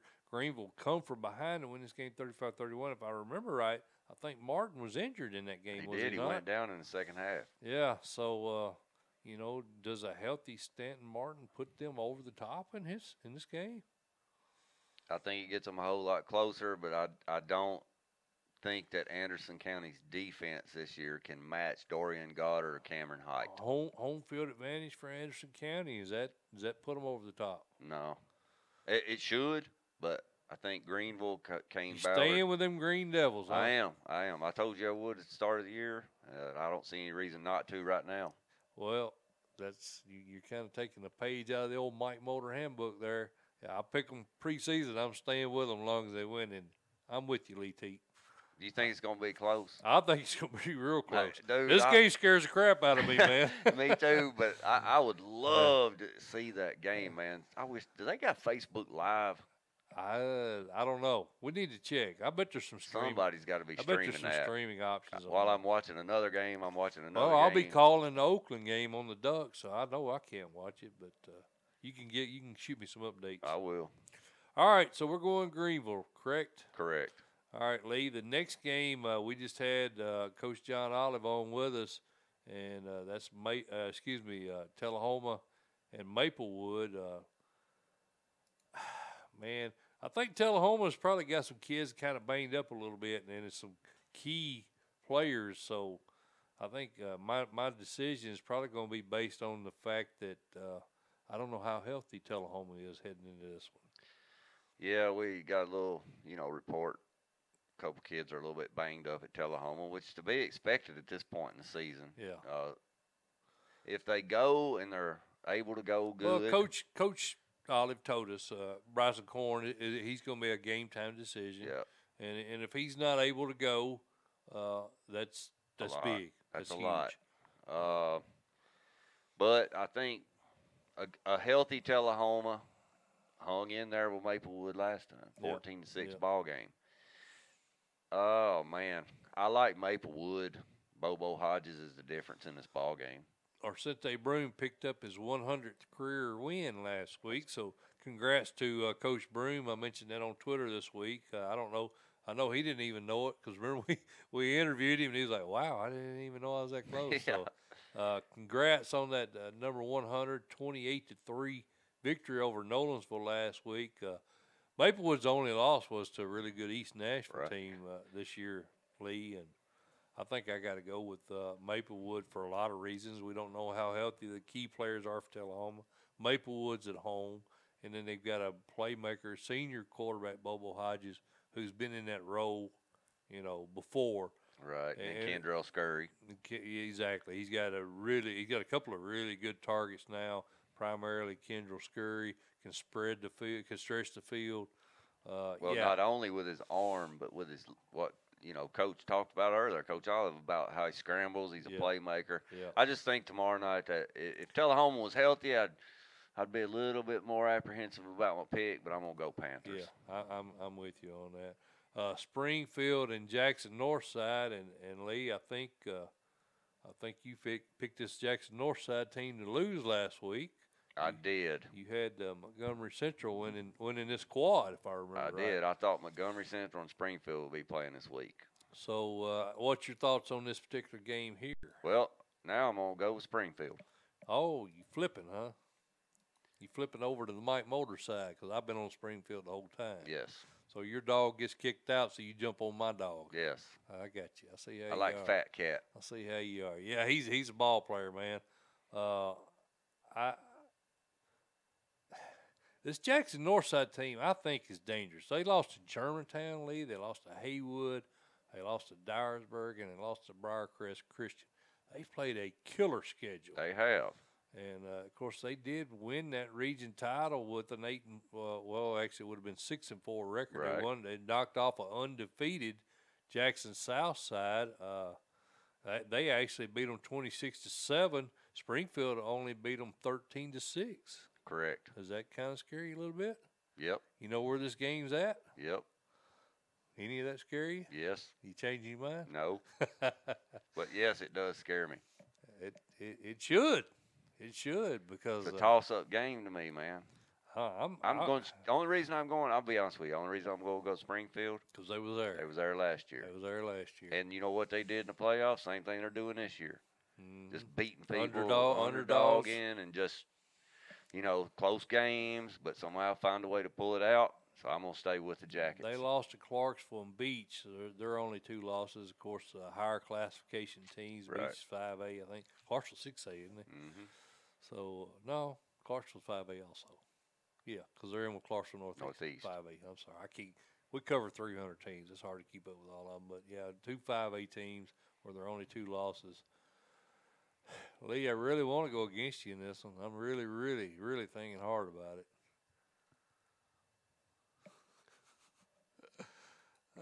Go ahead. Oh, man. Worried about that? Worried about that win-loss record. Every time I did that last week, just because it bit me.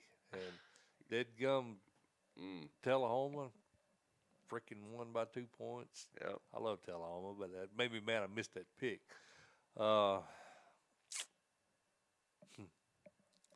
Dead gummit. I'm at a 100% coin toss on this game, so I'm going to go Jackson Northside. How about that? Hey, listen. You like that pick? Yeah. You hate that pick, don't you? No. No, you like that I picked that pick? No. Haywood County, Dyersburg lead down in Quad 4. This game right here is the one that's given me the most trouble all week. Really? Oh, yeah. Really? Yes, sir.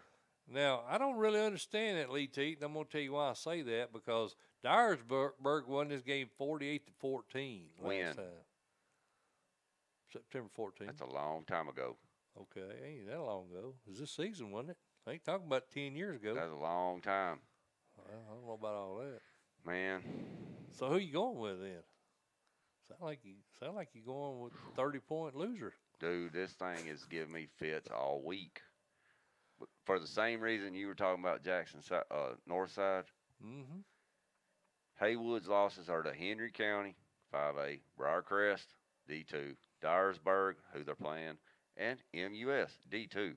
Tough teams. They had some players out against Dyersburg the first time.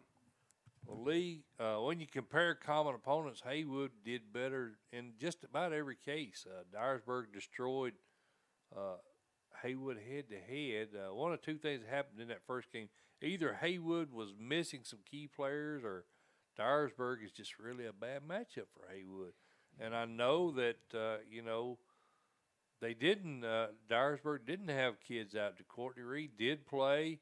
Their quarterback, DeAndreas Hines, he did play. They were way off. I think they were 100 yards off their average on the season when they played Dyersburg last time.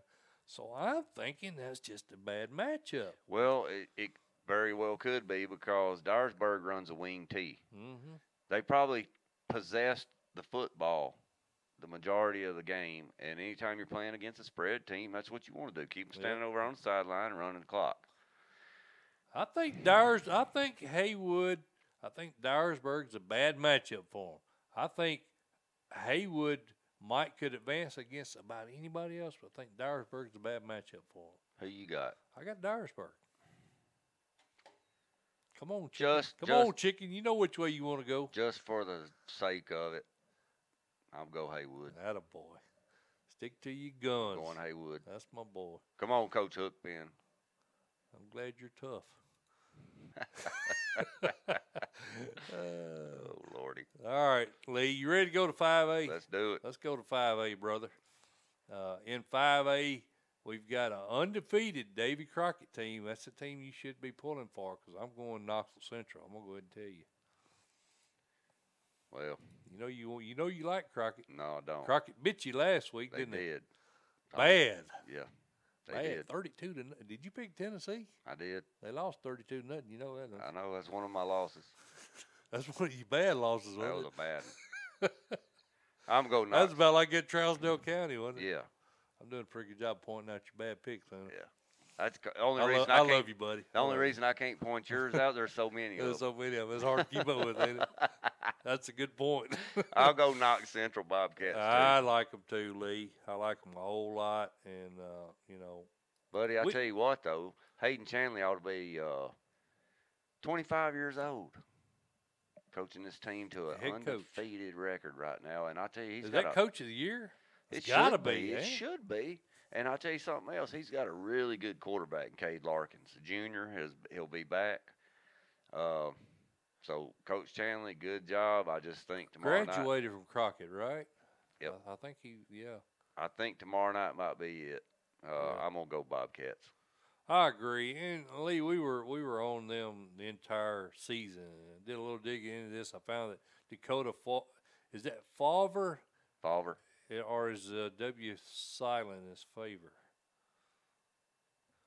Don't Favre. know. We'll go Favre. We're not real sure how you pronounce his name, but he started the first 2 games last year. Lee did a real good job. Didn't play anymore, so I'm assuming he got injured in that Fulton game last year. Now, of course, Knox Central. You look at them; they won 10 games in a row. Lee. They started out 0-2. They had losses to Fulton and Tennessee to start the season. Right. And then they've gone on a 10-game run. But since that second game, man, Favre has caught fire, man. Dude is playing, crazy good.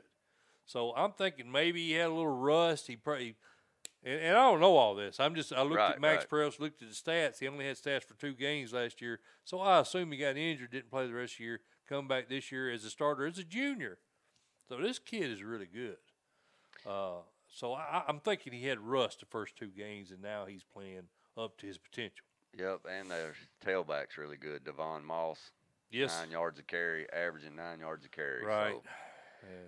So. And I think Demetrian Johnson is his primary target. He's got 879 receiving yards, 8 TDs. So right. I like Central, man. I liked them.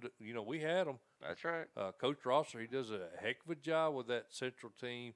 We had them preseason top 5, man, and I'm really on them right now. All right, so we both got Central. Lee, moving into quad. Are we getting behind, or are we doing pretty good on time? I think we're all right. All right, looking at quad 2, Lee, we got Oak Ridge and Knox Catholic. Catholic, one of the upsets of the second round, 28-25 over Fulton. A little bit of a surprise for me. And then Joe Gaddis's team playing really good football right now. Who you like?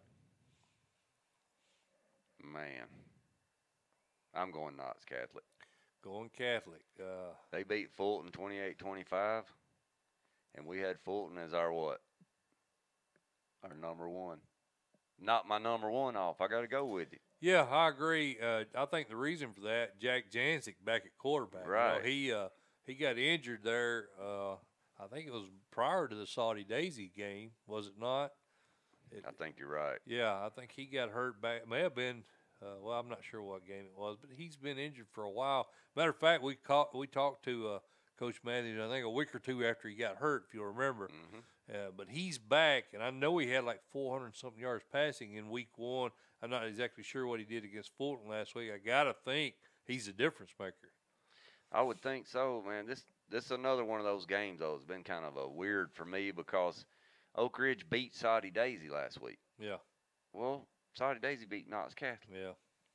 Right. In the regular season. But I think Janzik was out. I mean, they got Brian Tucker and Cooper Mays, who are 2 of the top recruits in the entire state playing offensive line there for Catholic. So they are really, really good up front. And then you got Janzik running the offense, junior quarterback.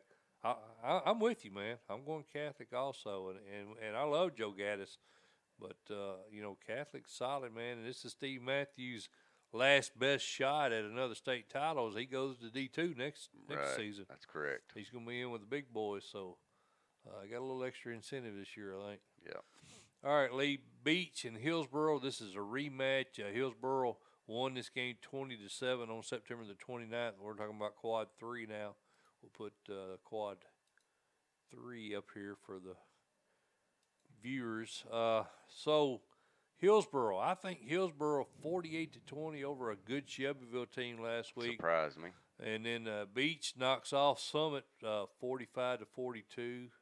Is that correct? Did I not update that? Did Beach play Summit last week? No. Page. Played Page. I got that wrong. I thought it did in my notes. Yeah, they played Page. My fault. Right. I didn't update my notes. But at any rate, rematch here, Lee. Who do you like? I like Hillsboro Burrows. Hillsboro Burrows. And I tell you what, I think they win by 10.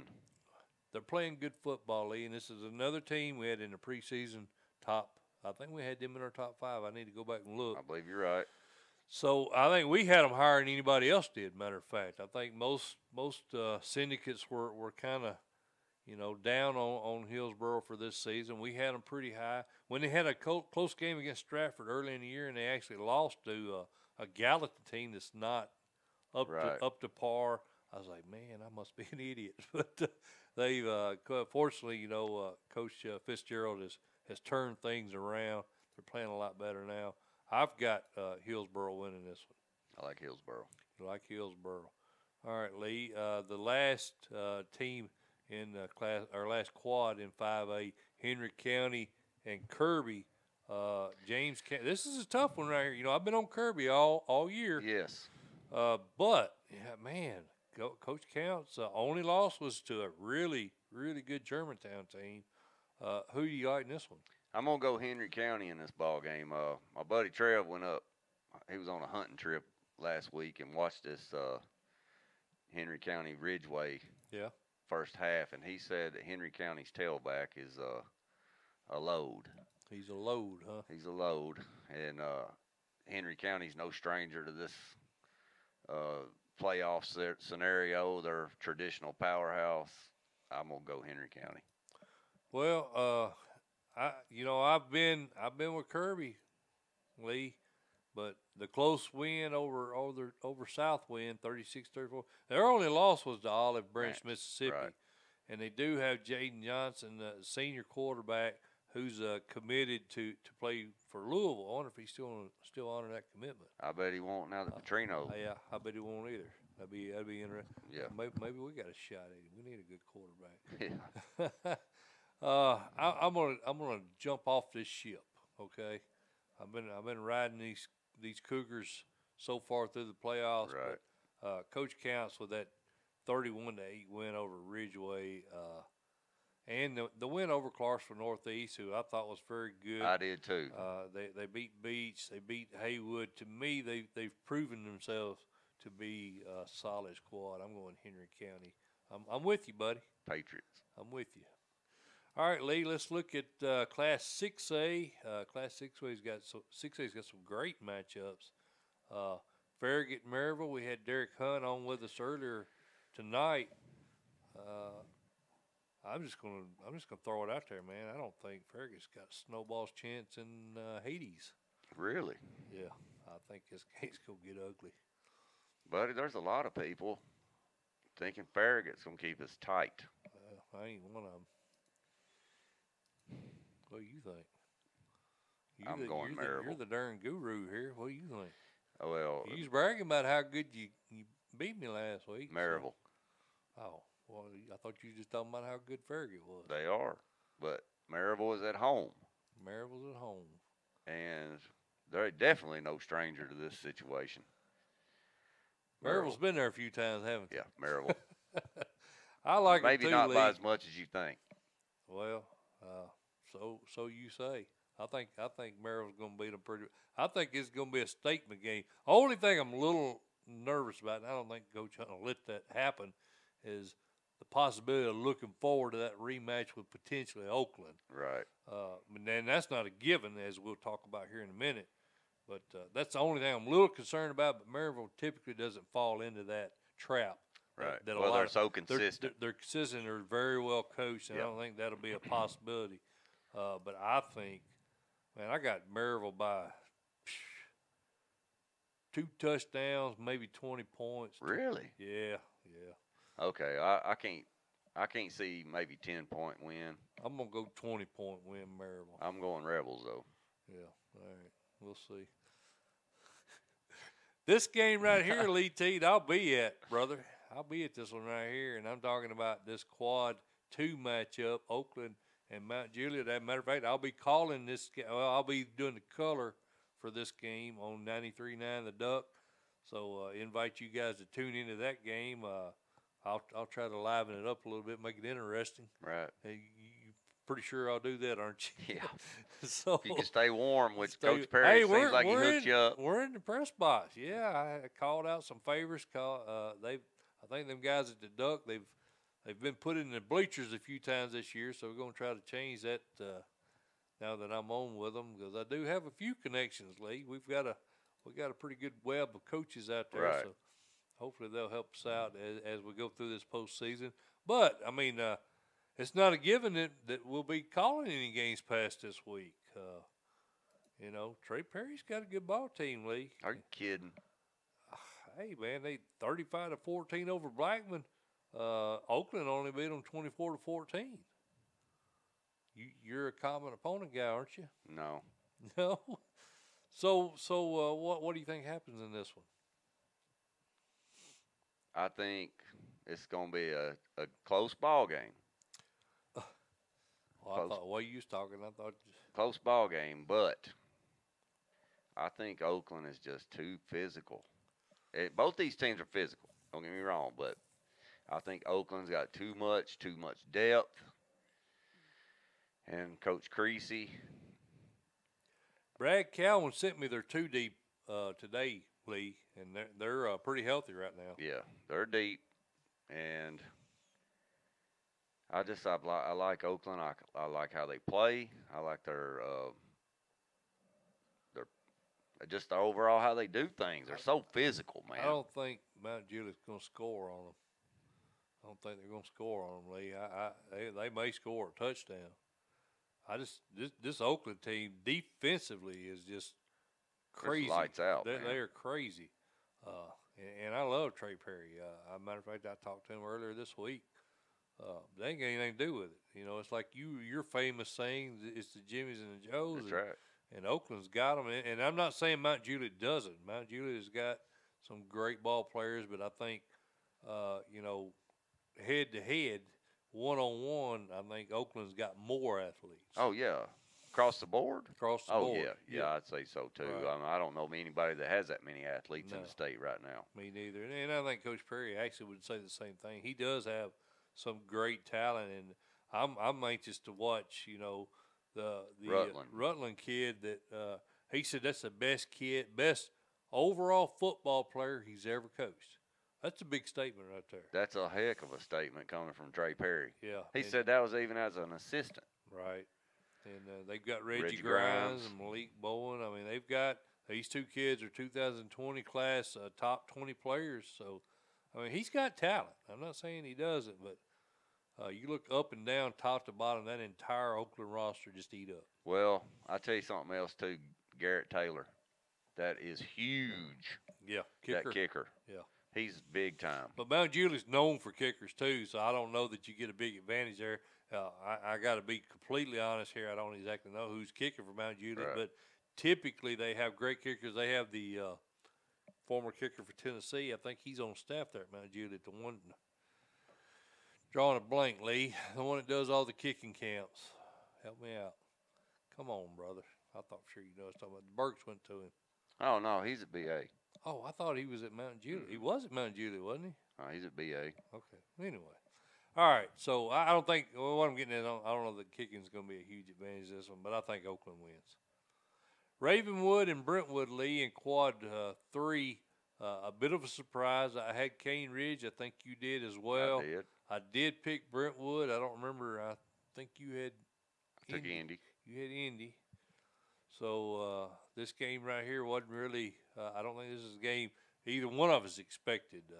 I thought it would be Cane Ridge Brentwood, but Ravenwood playing really good. You was at that game, right? I was. Ravenwood surprised me in that ball game. They went toe to toe with Cane Ridge. Starling got his, from Cane Ridge. He got his numbers, but Ravenwood answered every time. Not the slightest bit intimidated. It was terrible conditions, and they drove down and scored late in the ball game to go ahead. And I liked how they were playing, and I think that's a big momentum boost for them. Garcia looked good. I'm going to go Ravenwood in a squeaker because it's hard to beat Brentwood at home. Yeah. Brentwood 31-28 winner, the first match between these two, Lee. I really like what Ron Crawford's done. Great coach. With a very, very young roster. 1 returning starter on offense, Right. 5 on defense. So a lot of young kids. But, I mean, what an amazing job. Both these teams are 10-2. Crawford, No love lost here either. No. Right across the street from each other. Right. I'm going with you. I think that victory over Cane Ridge convinced me. Look at their only losses. Their losses were to this Brentwood team, and they lost to South Warren, Kentucky. So I like them. You going Raptors? I'm going Raptors. All right, Lee, last pick. We're out of time. Let's get this one in quick. Whitehaven and Germantown. This is a rematch over in Region 8. 37-19, Germantown won this game the first time. I think you had Houston beating my buddy Rodney Salisbury's team last week, did you not? I did. That didn't work out too good for you. No, it didn't. 31-27, Whitehaven defeats Houston. They lost to Lausanne, Little Rock, Arkansas, and Germantown the first round. Germantown's still undefeated at 12-0. Who do you like in this one? This was the same way last year. Kinda. They met, but I think this time Germantown's got the advantage. Germantown got beat by White Station last year. White Station. Yeah.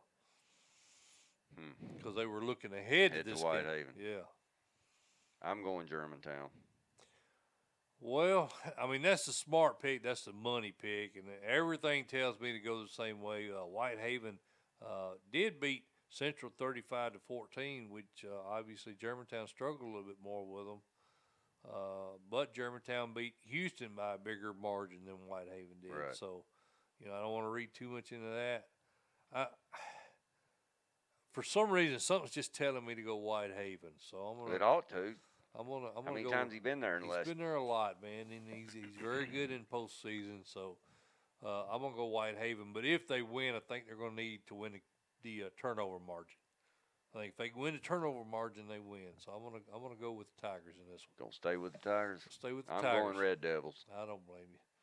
I guarantee you that's the money pick. That's what most people are going to pick. All right, Mr. Teat, that is the end of the Friday Main Event. We appreciate all of our viewers staying with us. Hit the subscribe button. We'd really appreciate it. We're at 198, Lee. I need 2 more. I just wanted to get to 200 this year. The viewers, we had, I think we're up to about 580 viewers last week. I don't know where we're at this week. Hopefully we can get close to that number. We're growing the brand, man. We're getting there. But appreciate you guys staying with us. We're going to go ahead and get out of here to leave. We're not going to be back next week. Spend Thanksgiving with your family. Oh, yeah. And I'll do the same. We'll head up to Cookeville. We'll bring you a show. I'm not sure exactly, as I mentioned in our commercials there. We may do 2 shows after the course 2A, 4A, 6A is on Thursday. We may present a show at some point on Friday, and then we'll do another show with the 1A, 3A, and 5A. Sound good to you? Yep. And if anybody's watching or you guys watch this show tomorrow or whenever, look for us next week. I'll be at some ball game somewhere. I'll be wherever Oakland's at if they're still in there. I guess that will be at Oakland if they're still in there. So hopefully the Patriots can pull it off. But, yeah, look us up, man. We'll be on Twitter, Tennessee Sports, FridayMainEvent.com, and then Friday Main Event on Facebook. We'll let you guys know where we'll be at. We'd love to meet up and talk football. Sure would. All right. For Lee Teat, I'm Mike Mulder. This is the Friday Main Event. We appreciate you guys tuning in, and we'll see you soon.